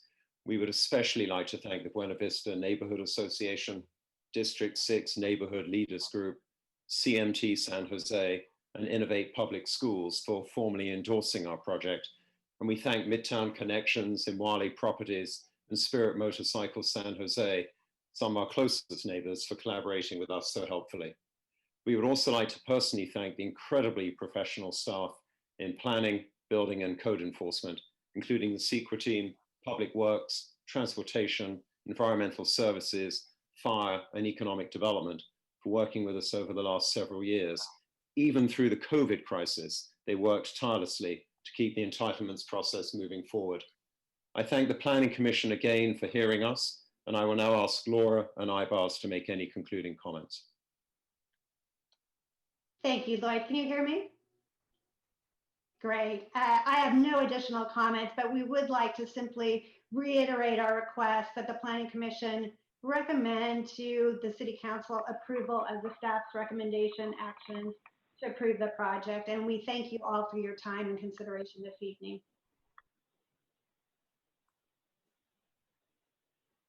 Now, thank you very much for your time and having us the opportunity to present the project.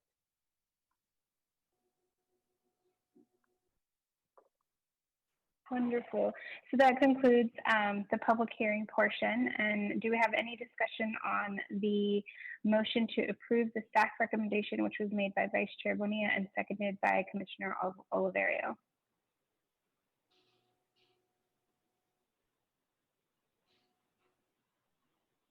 Okay, seeing no hands being raised for discussion, we can go ahead and take a roll call vote. Vice Chair Bonilla. Aye. Vice Chair, Commissioner Casey. Aye. Commissioner Lardinois. Commissioner Garcia. Commissioner. Aye. Wonderful. Commissioner Oliverio. Aye. Commissioner Torrens. Aye.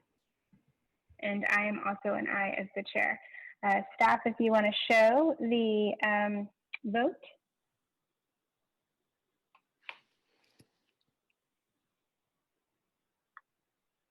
And that passes unanimously, which is item 5B, C19-013, CP19-013, and T20-015. All right, now we're going to move on to referrals from City Council, boards, commissions, or other agencies. Do we have any reports or any referrals? No reports, no referrals. Great. Report from City Council. Is there a report from City Council, Robert? Yes, there is.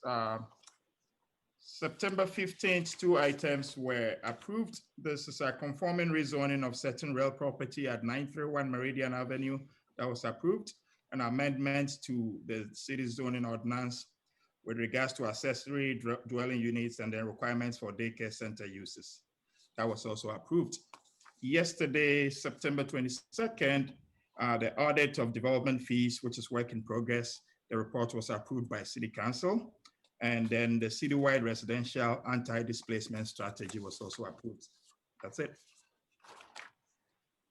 Wonderful, thank you. And item 7B is approval of the minutes from September 9th, 2020. Do we have a motion to approve the minutes, or are there any changes to the minutes before we do that? Motion approved. Was that Commissioner Oliverio? Yes. Motion by and seconded by Commissioner Torrens. Thank you. I will take a roll call vote. Vice Chair Bonilla. Aye. Commissioner Casey. Aye. Commissioner Garcia. Aye. Commissioner Lardinois. Aye. Commissioner Oliverio. Aye. Commissioner Torrens. Aye. And I will be abstaining as I was not at the September 9th meeting. Item number 7C, subcommittee formation reports and outstanding business. Don't believe we have anything. Do we have anything, Robert? No, we don't. Okay, I didn't think so. Great. And then commission calendar and study sessions. We do have a study session coming up on October 23rd, correct? Yes, if it's the Google one, there were some changes made, so that will be made available next time we meet. Okay, wonderful. And then anything for the public record? Commissioners? Seeing no hands, we will adjourn the meeting, and our next meeting is October 14th. At 6:30 p.m. So we'll see everyone there. Have a wonderful evening, and thank you. Good night, everyone. Bye-bye. Good night.